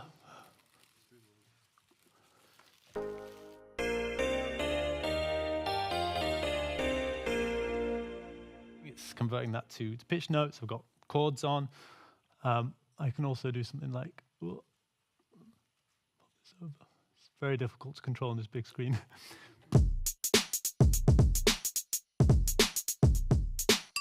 So if I beatbox, it's triggering drum samples, and it's doing that all totally live, in real time. So that's Doubler, and get the thing back. That's Doubler, and it does pretty well for us. We've done about oh my God, moving this over. Ooh, there we go. All right, we're back. We've done about 1.8 million in revenue last year, or 1.5 million year to date this year, up about 30% year on year. Been recognized for a few awards and stuff like that, but most of all, it's established us as the world leader in voice to music creation. And we've built a really strong and engaged community, and we have a deep understanding of music makers. Boiling it all down, there's a couple of things to note. One, we know these people really well. We are them. They're voice first, and they are mobile first. And there's a lot of us. And so at the moment, all of these music creators are using tools like voice memos or voice notes to capture their ideas for music on mobile using their voice. But for various reasons, it's not very good. It doesn't plug into the workflow very easily. It's not made for musicians. So we've worked a lot with these musicians to try and identify how we can solve these problems. And we've created a new product called DubNote, which you can see. This is has been recording this pitch. Okay, spoilers, it's actually pre-recorded. And you can tell that because it already doesn't look like this. We haven't launched yet. We're launching in December. But like a voice note application, it's recording this. But think of it more like WhatsApp meets voice memos, but with all of our audio intelligence built into it. So as I'm speaking, it's going to record all of that, then it's going to analyze all of the, using all of our different algorithms and start to draw out intelligent information from it. So it's split it up into different chapters. It's tagging those based on what they are. So you can see when I'm doing the drumming or when I'm singing, or it's transcribing it. I can add comments and timestamps. And it organizes each of these recordings into a notebook, which is a bit like a kind of a group chat. So we're still to incorporate collaboration into it. And we've got stem splitting algorithms and MIDI from our Doubler application to build in as well. And these will become our pro features. And that's a crucial difference is when we're doing Doubler and we're selling Doubler, it's a single purchase product. But DubNote will allow us to move into a subscription model. So we'll launch it in December. There'll be a free and a premium version. And as we continue to add more features, we'll be adding more value to the premium version and ultimately be adding our desktop software into a top-tier artist-level subscription. First of all, we're going to be focusing on user acquisition. But by 2028, we aim to be generating about $50 million in annual revenue. In terms of what customers are currently using, well, actually, quite a lot of users are using what we would consider to be alternatives because there isn't really the tool out there that's dedicated for this. Voice memo is somewhere in between. But the important thing is we've identified what these users are really looking for and perform all these applications on those axes. We've got a team of 14 of us. And I won't go through all of them, but we're primarily technologists and user-centered designers, but we have a breadth of knowledge and real depth in specific areas like audio and ML. We're raising 1.5 million at the moment, and that's primarily so that we have the freedom to focus on user acquisition and to bring people in to speed up our growth. And yeah, there's a lot that I haven't covered. I've spoken quite quickly because of that dragging issue. So hopefully I can answer some questions now. You can catch me on email. Confusingly, we are voclear.com, but my email is .co.uk, which helps filter the spam a bit. Yeah, thank you.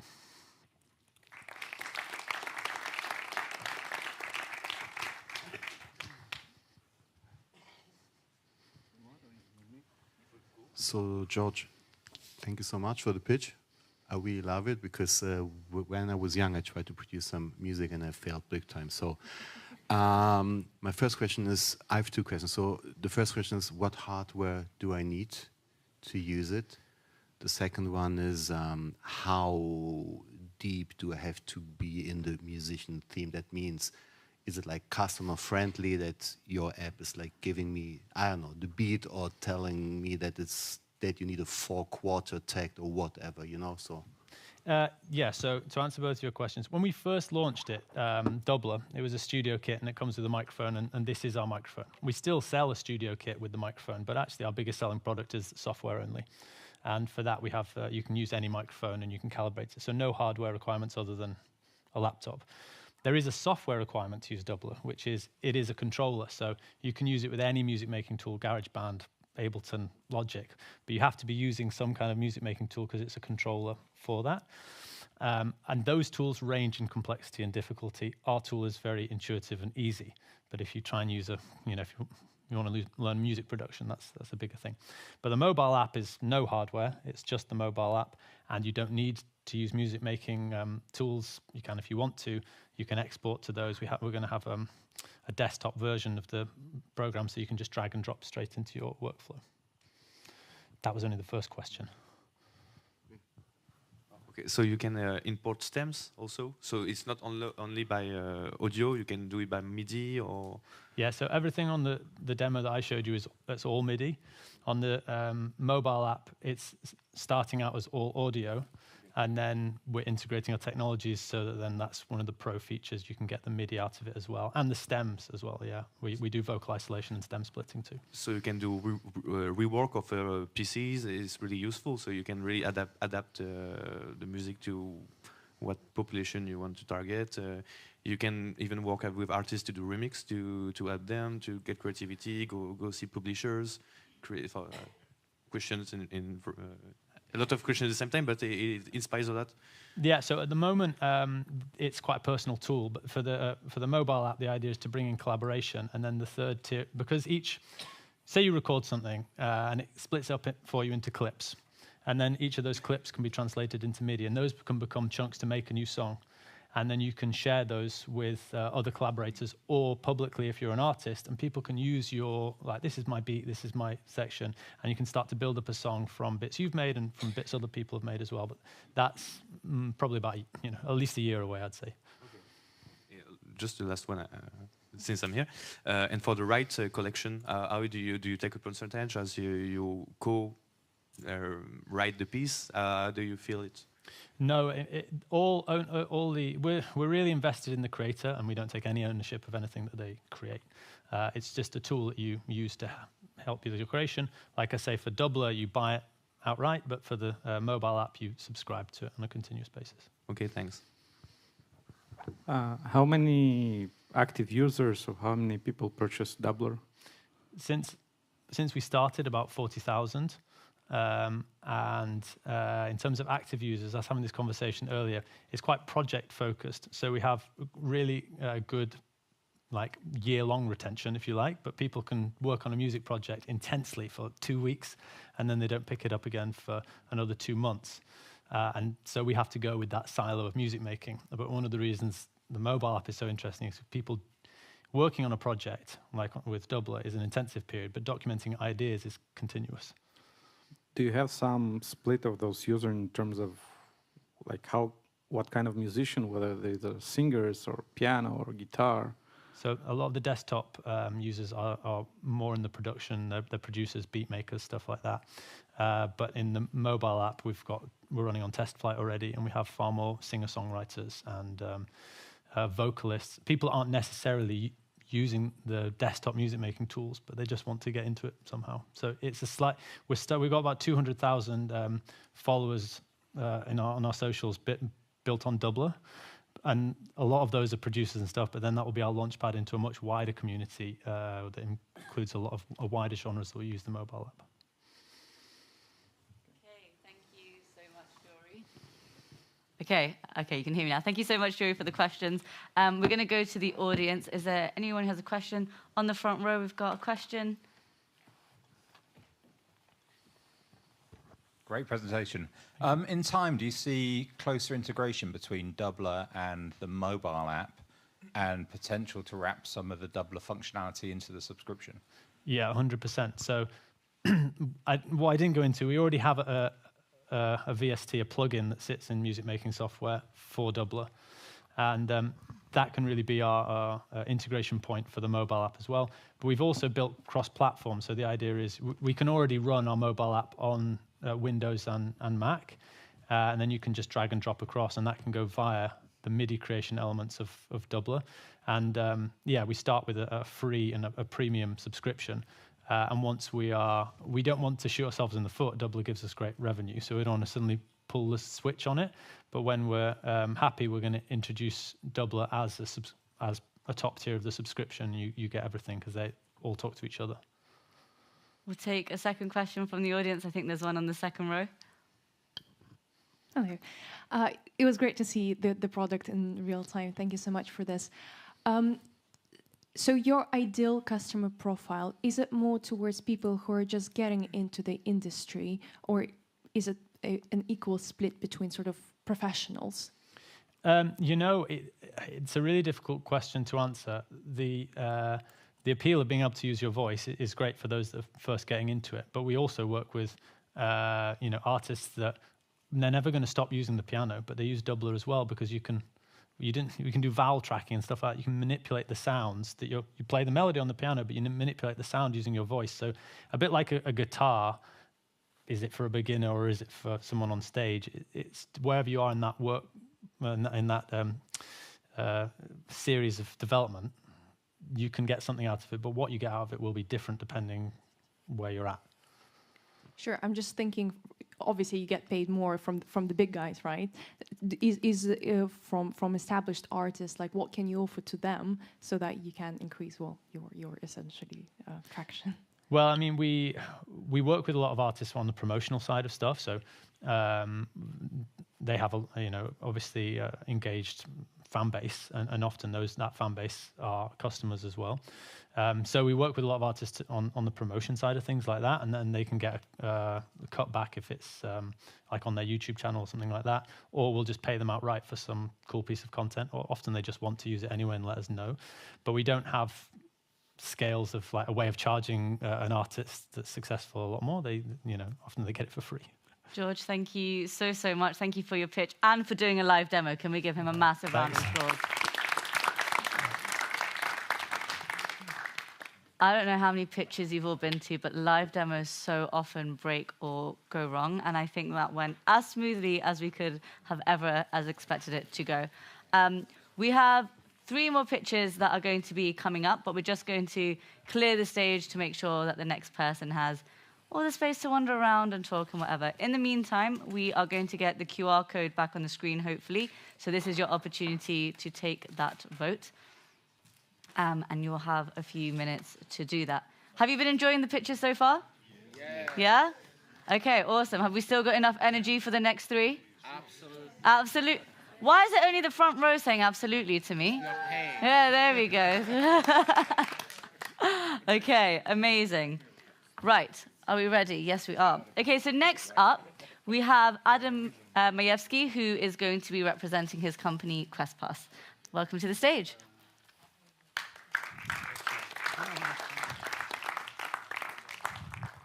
Hi, hello.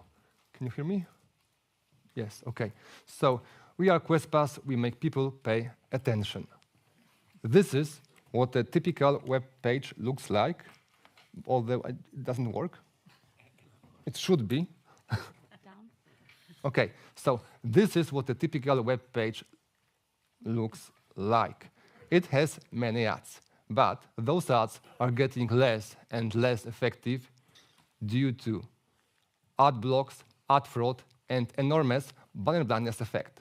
From the same reason, publishers' advertising revenues are decreasing sharply. An alternative for publishers? A paywall. But a paywall will monetize only up to 6% of the traffic. We've got a solution that works with the rest 94%. How? We have changed advertising to questvertising. This is how it works. You read an article. After the first part of the story, you see the quest path. The content below is logged and encrypted. The quest path consists of an ad, a question referring to the ad above, and 3 buttons to choose from. Okay, so what we've got here, what is the name of new Opel Corsa edition? It's easy, because the answer is always on the ad. But if you don't watch the ad carefully, you probably won't choose the right answer, and you would need to wait for 5 seconds. Because of that, random choice does not pay off. Only after you get familiar with the ad, you can answer the question and enjoy free access to the rest of the article. Now you pay attention and you know it's Opel Corsa Black Edition. And here comes the article. No payments, no problems. What has changed for the reader? Well, there is no payment, no need for registration, just a few seconds of attention to reveal free access to valuable content. And what has changed for the for advertiser? Everything. Now he is 100% sure that his ad gained attention of the audience without any banner blindness effect. What's more, he can be sure that his ad message was understood, so most likely remembered, and the most important, he pays only for measurable success. And what has changed for the publisher? The profit. Now the advertiser knows what he is paying for, and he is ready to pay more for measurable effects. So publishers earn more, about 5 times more. This is what the well-known advertising model looks like. Very low effectiveness for the advertiser, poor profit for the publisher. But when we change ad to quest, the magic happens. Now, the same ads are over 60 times more effective and generate 5 times bigger profit for publishers. Effectiveness of questvertising was confirmed in large scientific studies and in over 500 campaigns for brands from many different industries. As we are working with top digital publishers and media buying agencies. We are a team of people who gained experience working for startups valued over $100 million each, and for companies like Google or Dentsu Agency. We have gained product market fit on our home market, that is Poland, while growing few times a year.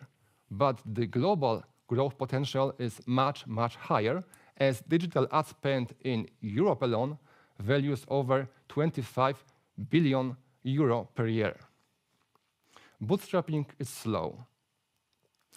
To utilize the potential of attention economy and take over the market, we need additional funding. The opportunity is great, as new AI technologies can make advertising very easy to use. Preparing really effective advertising campaigns requires psychological knowledge, copywriting skills, and some workload. Our AI tool will have it all and will get the job done instantly. This will make advertising highly scalable, as we will no longer need to educate our new customers how to use it properly. Our AI ad creator will ask accurate questions, upgrade the graphic, and optimize campaign results automatically. This development will make advertising not only effective, but also effortless. What is the key to global success? So, if attention is the new currency, we will make QuestPass its universal payment terminal. Thank you.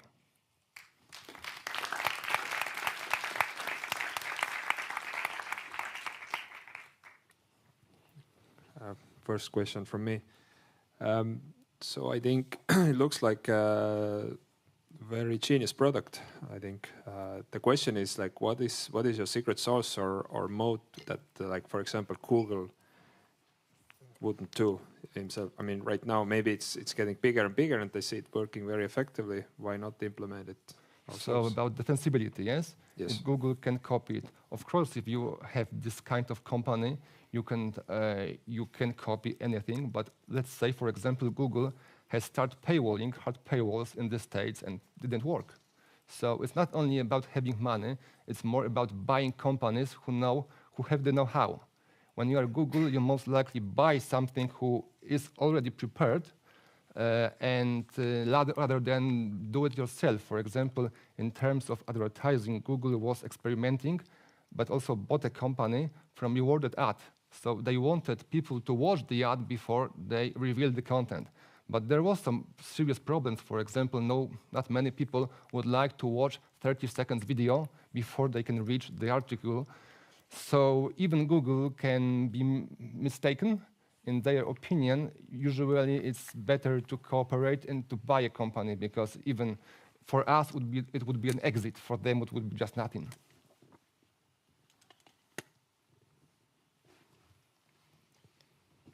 So a question about the range of data you can provide to companies. So for me, how it works a bit like brand funnel. So brand funnel, okay. Yeah, it works a bit like you're doing a study on a population. You target a population. You know if they know the car, if they know the brand, the color. You go further and further. And I wanted to know. So there is this application, but what other application you can, with this type of ads, you can provide to? Well, it's a kind of more ad format. So we run it on news portals. So we advertise any type of product. I don't know if it's the question. It's about the format. So you talk about videos, for example, but videos will provide data that are really different than the data you can provide with this kind of ad. Yeah, we also have this video format. So we ask you the question about this ad content during the video. Okay. You can answer after 5 seconds. And it also works the same way. Okay, thanks. Have you explored an effect of how it's not a paywall, and it's not just like scrolling, so it's I wouldn't say in the middle, but you stop your, it's like in YouTube, right? You stop your experience of reading. So you tested for some like dropout effects of people, and do you have some numbers on how many people drop off because of? Yeah, we've got many insights. So the only reason people answer the question is not the ad, it's the article. So if the article is value enough, people will answer the question. So it differs from one website to another, but even more difference from one article to another. For example, on the same website, one article can have as low as 7% of the answers, and the other 95%. So it's all about the content, not the ad. That's interesting. Okay. So I want to ask about your business model. So you're dealing with the publishers, right? Well, we've got two business models, broker and SaaS. So in broker model, advertisers are buying campaigns in QuestPass, paying us for it, and we are paying to publishers, right? Right. It's a broker model. We are in between, like media buying agency as buying campaign in QuestPass, so we are running campaigns on news websites, paying them for that. In SaaS model, it's the different one. Publisher run campaigns, our advertising campaigns on their own content, paying us to use the tool. Right. So you already live. So of course, yeah. And what about the numbers, like? Oh, so this year's sales, we are from Poland, and that's our home market. We are, in euro, it will be 1.5 million. In Poland? Yeah. Okay. It's growing about 3 times a year, so we have started not very far away. With how many clients? Oh, we can say like about 120 brands and 30 or 20 media buying agencies and 200 publishers. I see, okay. Just one more question, Vika. But so you're also dealing with the publishers, right? Yes. And is it then like a percentage fee because they're not opening their numbers, right? How much they get? Because I have always this discussion with the channels, which is more or less the same like a publisher, because this is their treasure. So how do you deal with them? So you're telling them that you're also bringing the brands now? No, we give them the money. We are paying them. So if we are paying them 5 times more, then it's quite easy to conversate about this. So if this effectiveness is so huge that we can take from advertisers a very huge amount for a campaign, so we've got also very big amount for publishers. And because all this system works for answers, so publisher earning from correct answers, that means somebody wanted to read his article, her article, and the same for advertisers, they pay only for correct answers. I understand, because in Germany, when I'm producing a TV show and I'm trying to bring a brand into the show, the channel says there's no way because this is our business. So this is why I'm asking if it's the same with in the publisher's world. Well, if somebody would tell us so, I would say, okay, take our SaaS offer. You will have your own, you will have your control over your advertisers there, and it's fine. Although, yeah, let's say the biggest publishers are talking mainly about SaaS model because they want to control this demand and supply side, because it's better for them and it's also fine for us. We will have much lower margin in SaaS model, but also the effort and the cost of maintaining the process will be much, much lower. We have 1 minute left for questions, and I appreciate, Victoria, you wanted to... Oh, okay, cool. Just one quick question. How much does the publisher pay for one customer reading the article? I mean, there was this one... You mean we pay to publisher? You pay the publisher, but in you said broker model, in the advertiser pays for the Okay, so you are asking about how much pays the advertiser for the correct answer. Yeah. Okay, it would be about, let's say, average 10 cents, euro cents. Yeah. In Poland, so probably in West countries, it can be like 2 times more we're aiming. And we are out of time. Thank you so much for your pitch. Thank you.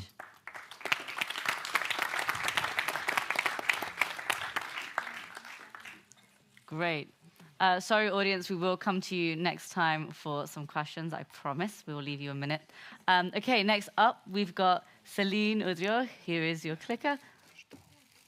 And she is representing Largo. Please give her a warm welcome.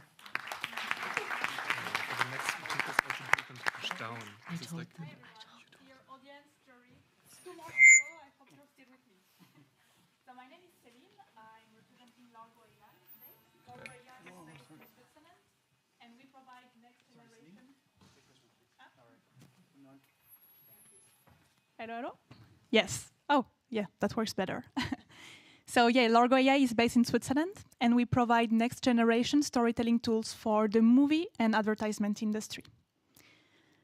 So who's movie producer or advertising producer here in this room? A few people, more or less.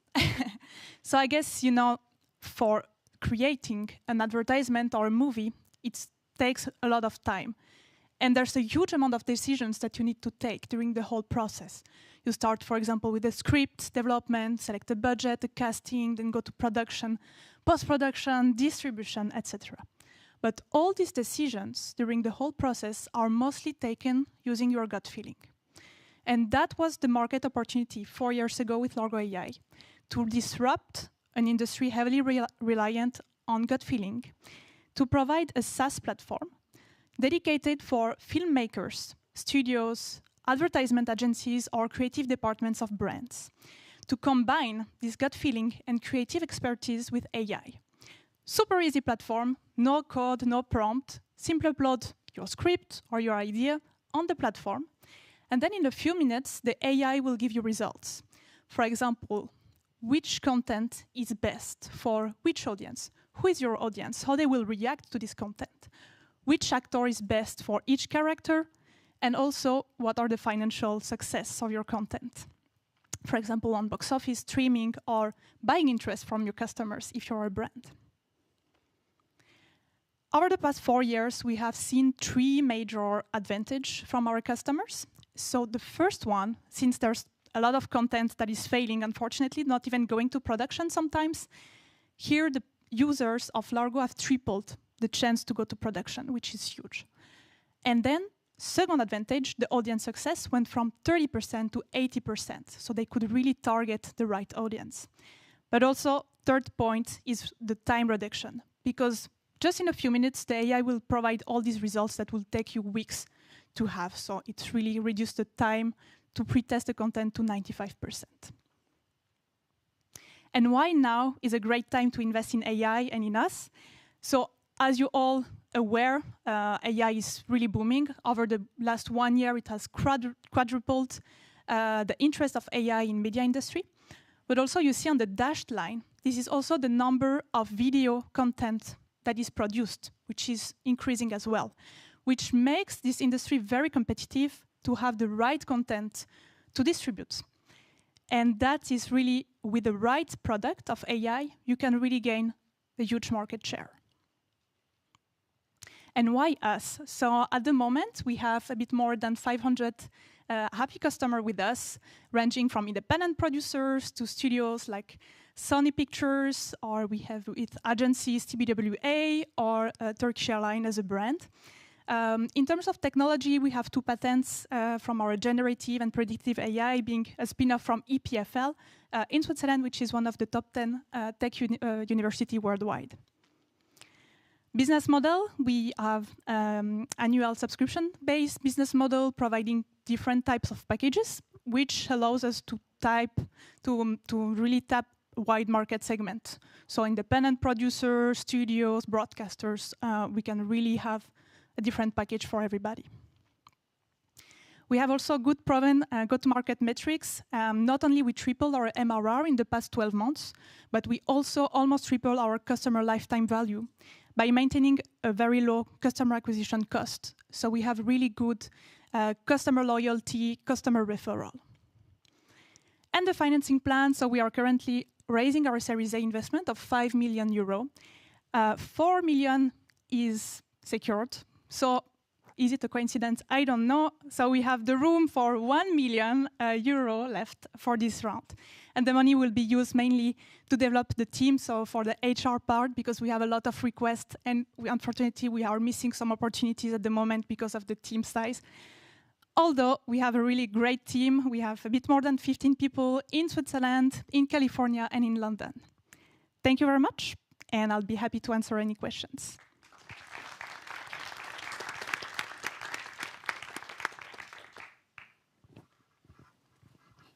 Hi, I checked your website before. I see you're working with Samsung TV Plus, Xiaomi, and you mentioned Sony. Can you go a bit into details? What do you do with those, if you can? Yes, of course. So we have 2 main verticals. First vertical is movie industry. So movie industry, we've been active for the past 4 years.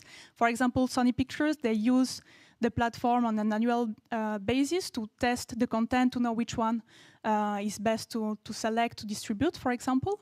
And then the second vertical, mostly with the agencies or brands, it's a bit more new. So this is really since the beginning of this year that we pushed for advertisement product.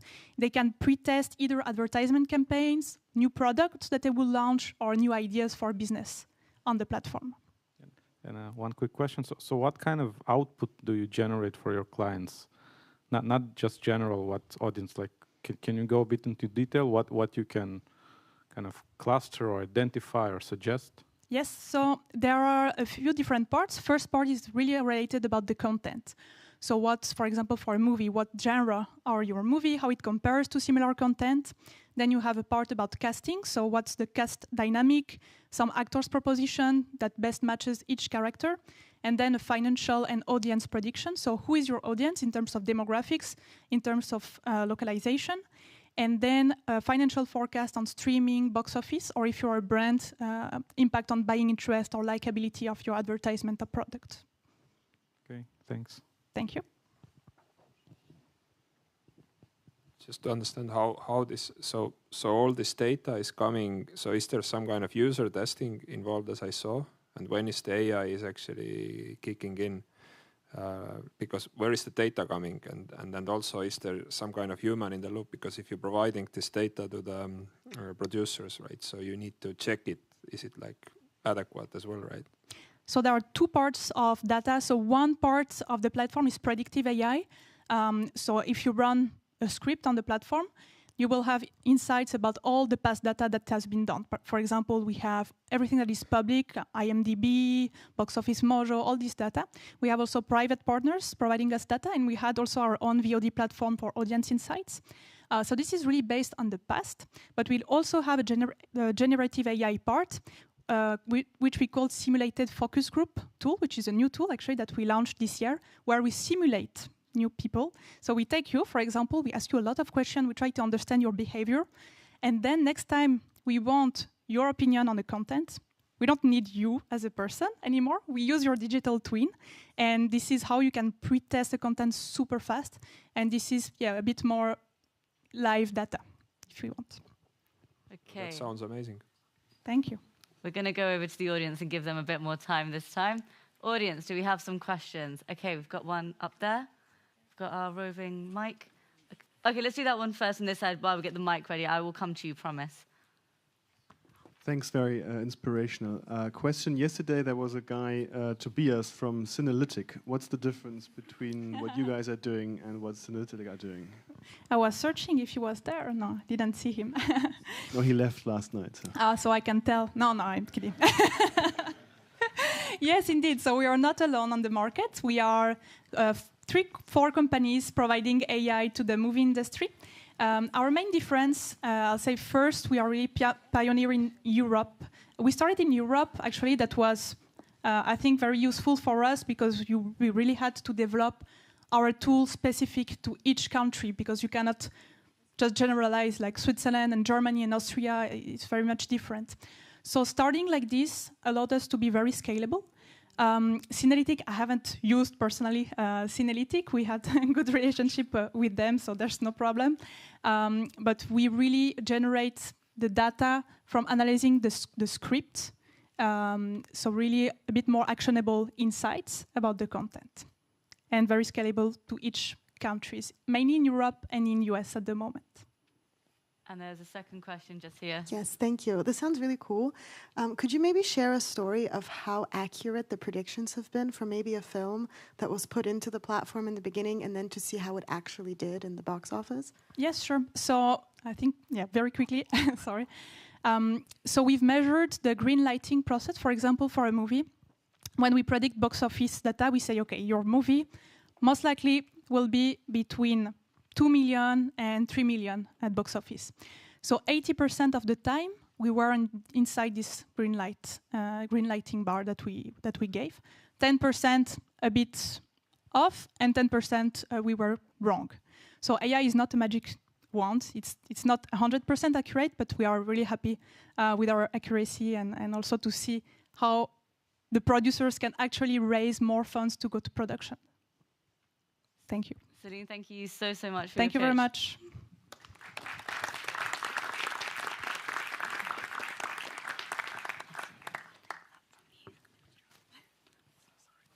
Okay, awesome. We're coming into our last, but by no means least, pitch of the day. So want to keep the energy going. So we've got Alex de la Fuente representing his company, HiTag. Hi. Let's see, mic check, I'm good? Great. Good afternoon, everyone. My name is Alex, and I'm one of the founders of HiTag, an automated system that gives athletes the power to capture and share their greatest moments. Now, there's a lot that I could tell you about myself, but the most important thing for this conversation is I love action sports. I mean, my whole life I've been skateboarding and mountain biking and snowboarding, basically all of those X Games sports. And the thing I can't stress enough is just how important media is in this industry. I mean, this is the industry of picks or it didn't happen. And it's not just professionally produced content from the X Games or Red Bull. Actually, it's regular people sharing their amateur content who are fueling inspiration and progression in these sports. And so over the past 30 years or so, we've seen personal cameras get better and smaller and cheaper. Today, if you go to a ski area, you'll see loads of skiers and snowboarders using GoPro cameras to capture what they see while they ride. But if you want to capture footage of yourself, today, it's basically impossible to do without someone else's help. It's why I'm here today, and it's why I'm thrilled to introduce you to HiTag. we've built a smart camera system that we install throughout ski areas, skate parks, and other action sport venues. These cameras are triggered by RFID tags or wristbands like the one I'm wearing. When a HiTag user rides by, these cameras automatically shoot photos and videos of them and then instantly deliver that media to their HiTag account. I said before that GoPro helps athletes capture what they see while they ride, but with HiTag, athletes have the power to capture how they see themselves. Unfortunately, I think some of my videos aren't playing here. And this self-capture system is the next evolution in the world of action media. Now, so far, I've talked a lot about the athlete's perspective, and that's because HiTag exists to serve them first and foremost. Ultimately, we're building a tool for them to capture their entire experience wherever they ride. And so instead of selling individual photos or videos at the end of their riding day, we offer day passes and ongoing memberships so athletes can use all of our cameras anywhere in the world as much as they want. In our pilot market, we've seen that even this one revenue stream is more than enough to return our investment in the cameras. But by solving that problem for the athlete, we're also creating enormous value for the venues we partner with. You see, by giving their visitors content to take home and share, we're helping them drive organic promotion. In fact, one ski resort told us that they found that every time one of their visitors posts on Instagram about their ski trip, it generates the same revenue as if they had spent €5 directly on ads. So in addition to helping drive organic promotion, we also offer a suite of premium enterprise solutions for venues that want to get the most out of HiTag. That includes unique insights into their visitor profiles and behaviors, media usage rights and API access for their marketing teams, and much more. Today, most of the cameras that we have installed are covered by these premium contracts. And the main point here is the payback period is very short and the opportunity is very big. An average size ski area will see about 250,000 unique visitors each year. And all in, we're talking about a revenue opportunity of over €1 million for each of these venues we partner with. Globally, there are thousands of ski areas, mountain bike parks, skate parks, and so many other places where action sports happen. And I'm really excited to be talking about HiTag on this side of the Atlantic because we have about 600 of these mountain resorts back in the United States. About half of them are here in Europe in the Alps. And today, we're just getting started. HiTag is live on a handful of mountain biking trails back in our local region. Yet even with just that little bit of coverage, we've caught the attention and excitement of the broader action sports community. My brother Jonathan and I share our passion for action sports, and in between the two of us have virtually all the skills needed to turn this vision into reality. We're advised by industry and subject matter experts and are supported by some of the biggest names in communication technology and outdoor recreation, including Woodward and their parent company, Powder. I'm thrilled to share that HiTag will be coming to Woodward Park City this upcoming winter.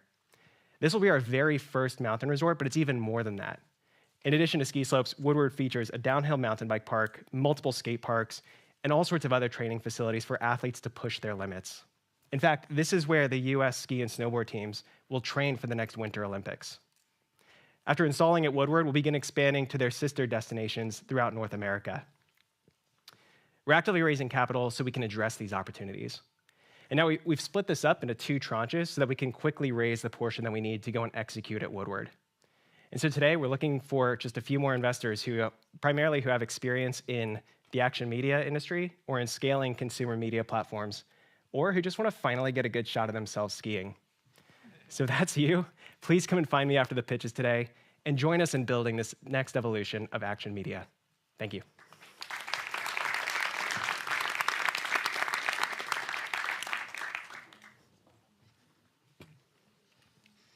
Okay, thank you very much. It was a very interesting pitch. Although I, unfortunately, I do not share any of the passions, and I do dancing and some other stuff, but none of this. So my question is, would be probably easy to answer. Why would you go for a subscription model when you?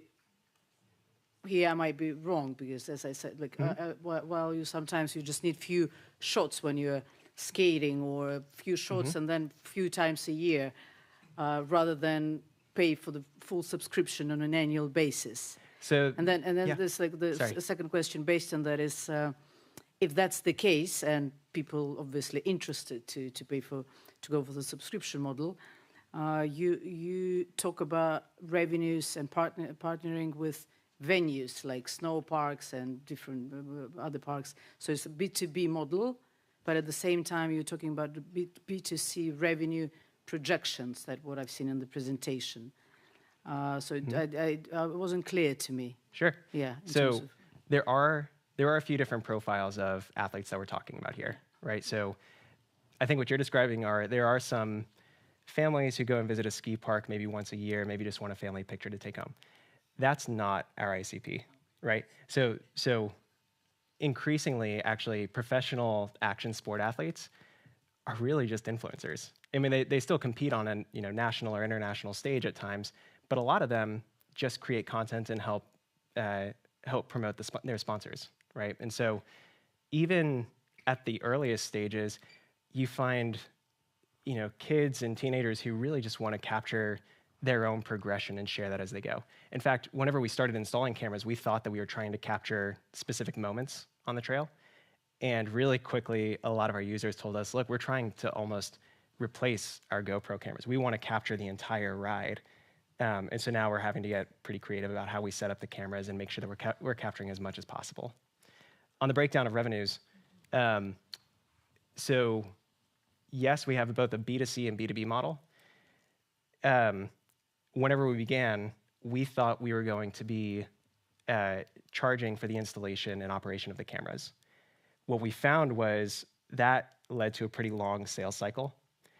And really what a lot of these resort managers wanted were the data and analytics coming out of the cameras, right? They wanted to know how can we better understand our visitors and how can we retarget them in the future. And so what we've done is we've worked out a model where we said, look, especially for the resorts that we really want to get into, HiTag will make the investment in installing the cameras so that we can begin addressing that market. And then later, if you would like access to the analytics, that is a premium upgrade. Hi, Alex. So 5 years ago, there was a company contacted me called Spot On. I don't know if you know them. We made a pilot in Kaprun in the ski slopes with them. We had another 5 viewers to the daily ski pass. And then what happened, they sent their clips into the world, and then there was a guy with his love affair in the slope, and he was filming. And some of his friends saw him with a love affair and said, but that's not your wife. So there was a big issue with the personality rights. So do you have a solution? Well, so part of the solution is, I mean, I don't have a solution to that specific problem. Right, so there's a few things that we do there. One is our platform is purely opt-in, right? Our cameras will not capture you unless you've got an active tag with you. Two is that media only goes to you today. It's not shared anywhere where the general public can see. But I can share it, right? You can share it. Right. Right. That's what happened, right. I mean, in that case, you're saying, do we need to necessarily solve the problem of somebody captures you doing something that you wouldn't want the world to know about it, but then you go and you share it? Maybe I'm misunderstanding. So the guy who was there with his affair, he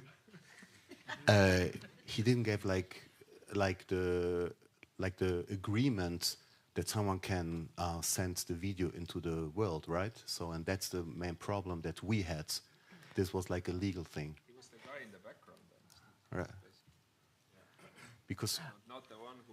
Right. So it wasn't the rider. It was the guy who was standing there. I understand. I thought you said the user of the platform. No. To be honest, no, I don't have a solution here for that today. Maybe you can blur faces. Yeah. He's got a solution. One question? Or? Go on, yeah. So you did several pilots already, right? Yes. So do you have the data of how much it costs to set up everything, and what was the revenue and profits from each such pilot over how much time? So it's changing all the time. Because we're so early stage, the technological development is just happening so fast. So the very first time we put a camera out in the world, that cost us $4,000 USD. The next time it cost us about $2,000 USD. Today it's down to about 400 USD. For how many cameras? That's for each camera. No, I'm talking about like a project, a ski resort. Want to do this project? What would be the investment to do it, and what would be the return over how much time? Right. So we've never done a full-scale pilot before. The pilots that we've done today have been on a handful of mountain biking trails, right? Just to understand how the users interact with the system and how they go and share that media that they've captured. When do you intend to do like a full project that you envision with a resort? Yep, that'll be coming this upcoming winter over at Woodward. Okay, got it. Okay, we are going to head to the audience. Thank you so much, Jory, for your question. We have one in the middle. And I think I saw another hand. Can you just wave it so we can come to you afterwards?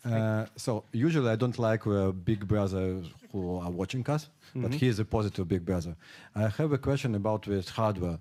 According to my experience, each ski resort it's already have cameras. A camera what is tracking everybody who is there. Why you are not making taking footage from there and just selling it to somebody who is making ski? Sure. So typically they're pretty low quality cameras, right? If they're there for security purposes, they're usually not recording at the pixel density or frame rate that you would want to take and post on Instagram or YouTube or anything like that. But it's still already enough for engagement or somebody to pay. Because for me, for example, who has not extreme skiers also right. for me. I made it to buy for it when I don't know, link it to my ski pass just to buy for 1 year or some footage. So I'll say potentially. The other thing that one ski resort has told us is that it's actually not necessarily the automated capture that is unique about what we're doing, but it's the automated tagging and delivery, right? So out of those cameras, how do you tag and then deliver the media, right? Which requires a whole other set of hardware that's not currently at the ski resort. Alex, thank you so much for your pitch. Thank you. Really appreciate the time.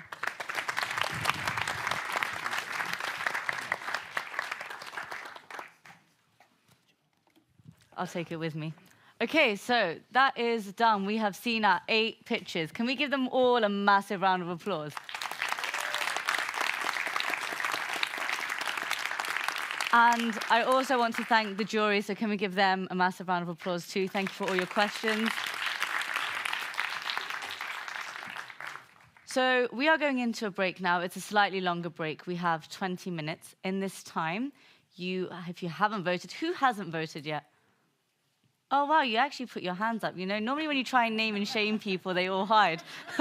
So all of you, now's the time to get your phone out and scan this QR code.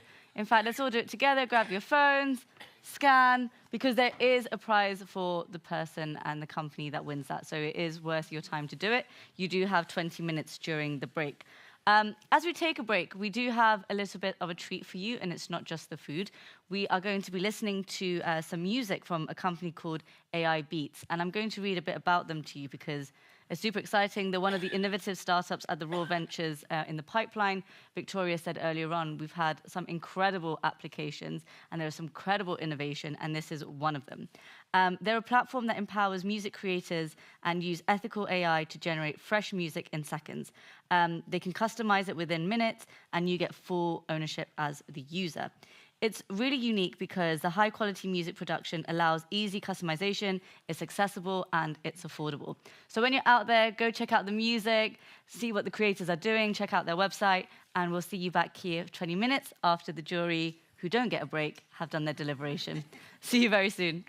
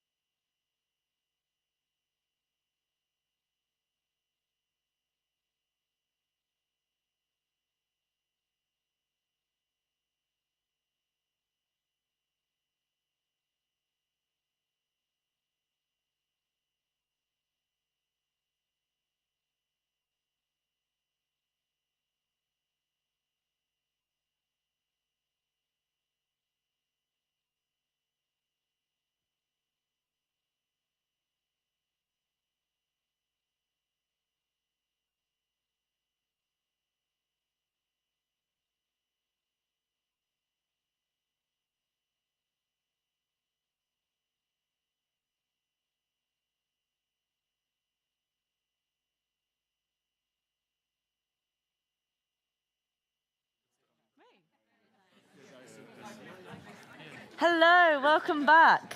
You've all got a drink in hand. Let's see your drinks. I'm so glad you all got the memo without me even having to say it. Okay, we are back for the award ceremony. Woohoo! Thank you. So we have 2 awards, as you know. You have all voted. Your time is now up. So if you missed out, that's on you. So first up, we are going to announce the audience choice. And to do that, we are going to invite up on the stage Peter Effenberg. He is the co-founder of MediaTech Hub Potsdam. Peter. Ah, I was like, where are you? Hello, everyone. That's a great opportunity. Thank you so much. And especially thanks to Raw Ventures running all this great Global Media Tech Pitch Day this year, which is the 2nd time. I don't know how many applications it was this year globally, but I think it was more than last year. And last year we had hundreds. And so now we have one winner, for at least for the audience. I do not have these kind of envelopes, which you usually have on the Hollywood sector, right? But I can make it a bit like exciting, it's okay. The winner for the Audience Award of the Global Media Tech Pitch Day 2024 is... I'm taking the envelope. Ready? Danilo Rea Ararium Chain.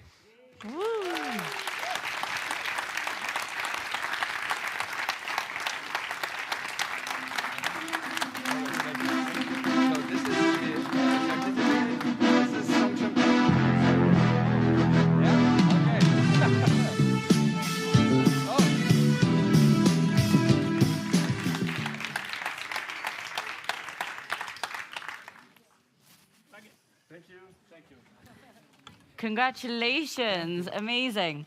Okay, that drum roll was a bit late, but so you've had one practice. And so when we come to the second one, we're going to do it properly. Can we just all practice again? So they're going to say, and the winner is, and then you're going to go. That'll do. Okay, great. So when that happens again, I would like to see that, but times 10. It's the end of the day, but remember, after this, you've got drinks. So you've got an incentive. Exactly, that's the energy I would like to see. Okay, so now to announce the main prize, I'd like to invite back up Victoria and David Rose. Thank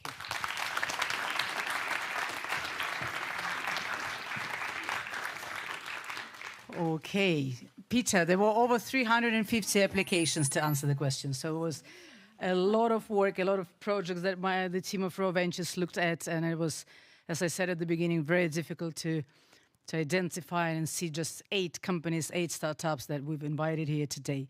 And it was probably the most difficult, it was a very difficult decision for the jury today. And I'll share the insight, like last year, almost 80% of the jury members voted for one company, and it was easy. We were done within 2 minutes. Here we had 20 minutes, and we could not agree on one company. So the decision to make the long story short, there are 2 winners today. And that's something we have not done before, but we just felt that that's the right thing to do. And we will present a check, 10K to one company and 10K to the other company. So the first company is Vauclair.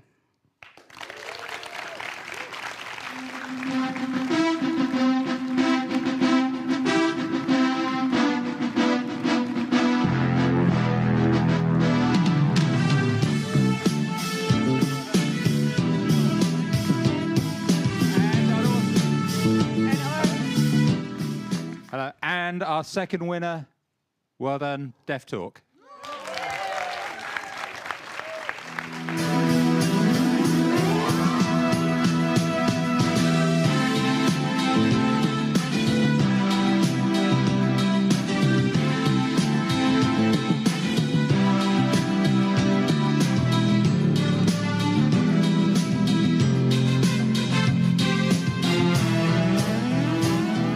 Of course, we've got just one check prepared today. I'm sorry, yeah, but so we were thinking there were different ideas. Cut it in half, no.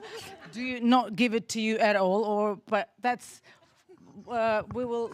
David, you do something with that, please. So it's between yourselves. yeah.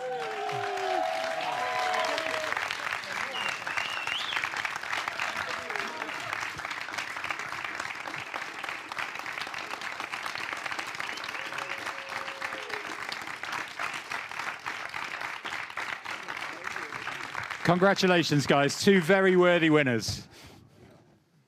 Thank you. Awesome. Congratulations. Is my mic back on? Maybe. Thank you. No, that doesn't. There we go. Thank you so much. We'll take some pictures in a couple of moments. If we bring you all backstage, and then we'll get you back on to take pictures with all of the startups. Thank you so much, Victoria, David. And thank you to all of you. Firstly, I want to say thank you to all the startups that pitched. I'm just holding this mic. You can pretend you can't see it. You were all amazing. Go and speak to everyone afterwards. As Victoria said in her first speech, there are deals that come from this afterwards, not just the winners. To everyone who voted, thank you so much. Thank you for your attention and being so warm and lovely. To everyone backstage, thank you for all of your work. And we hope to see you again next year. Have a great evening. Come join us for a drink and see you all soon.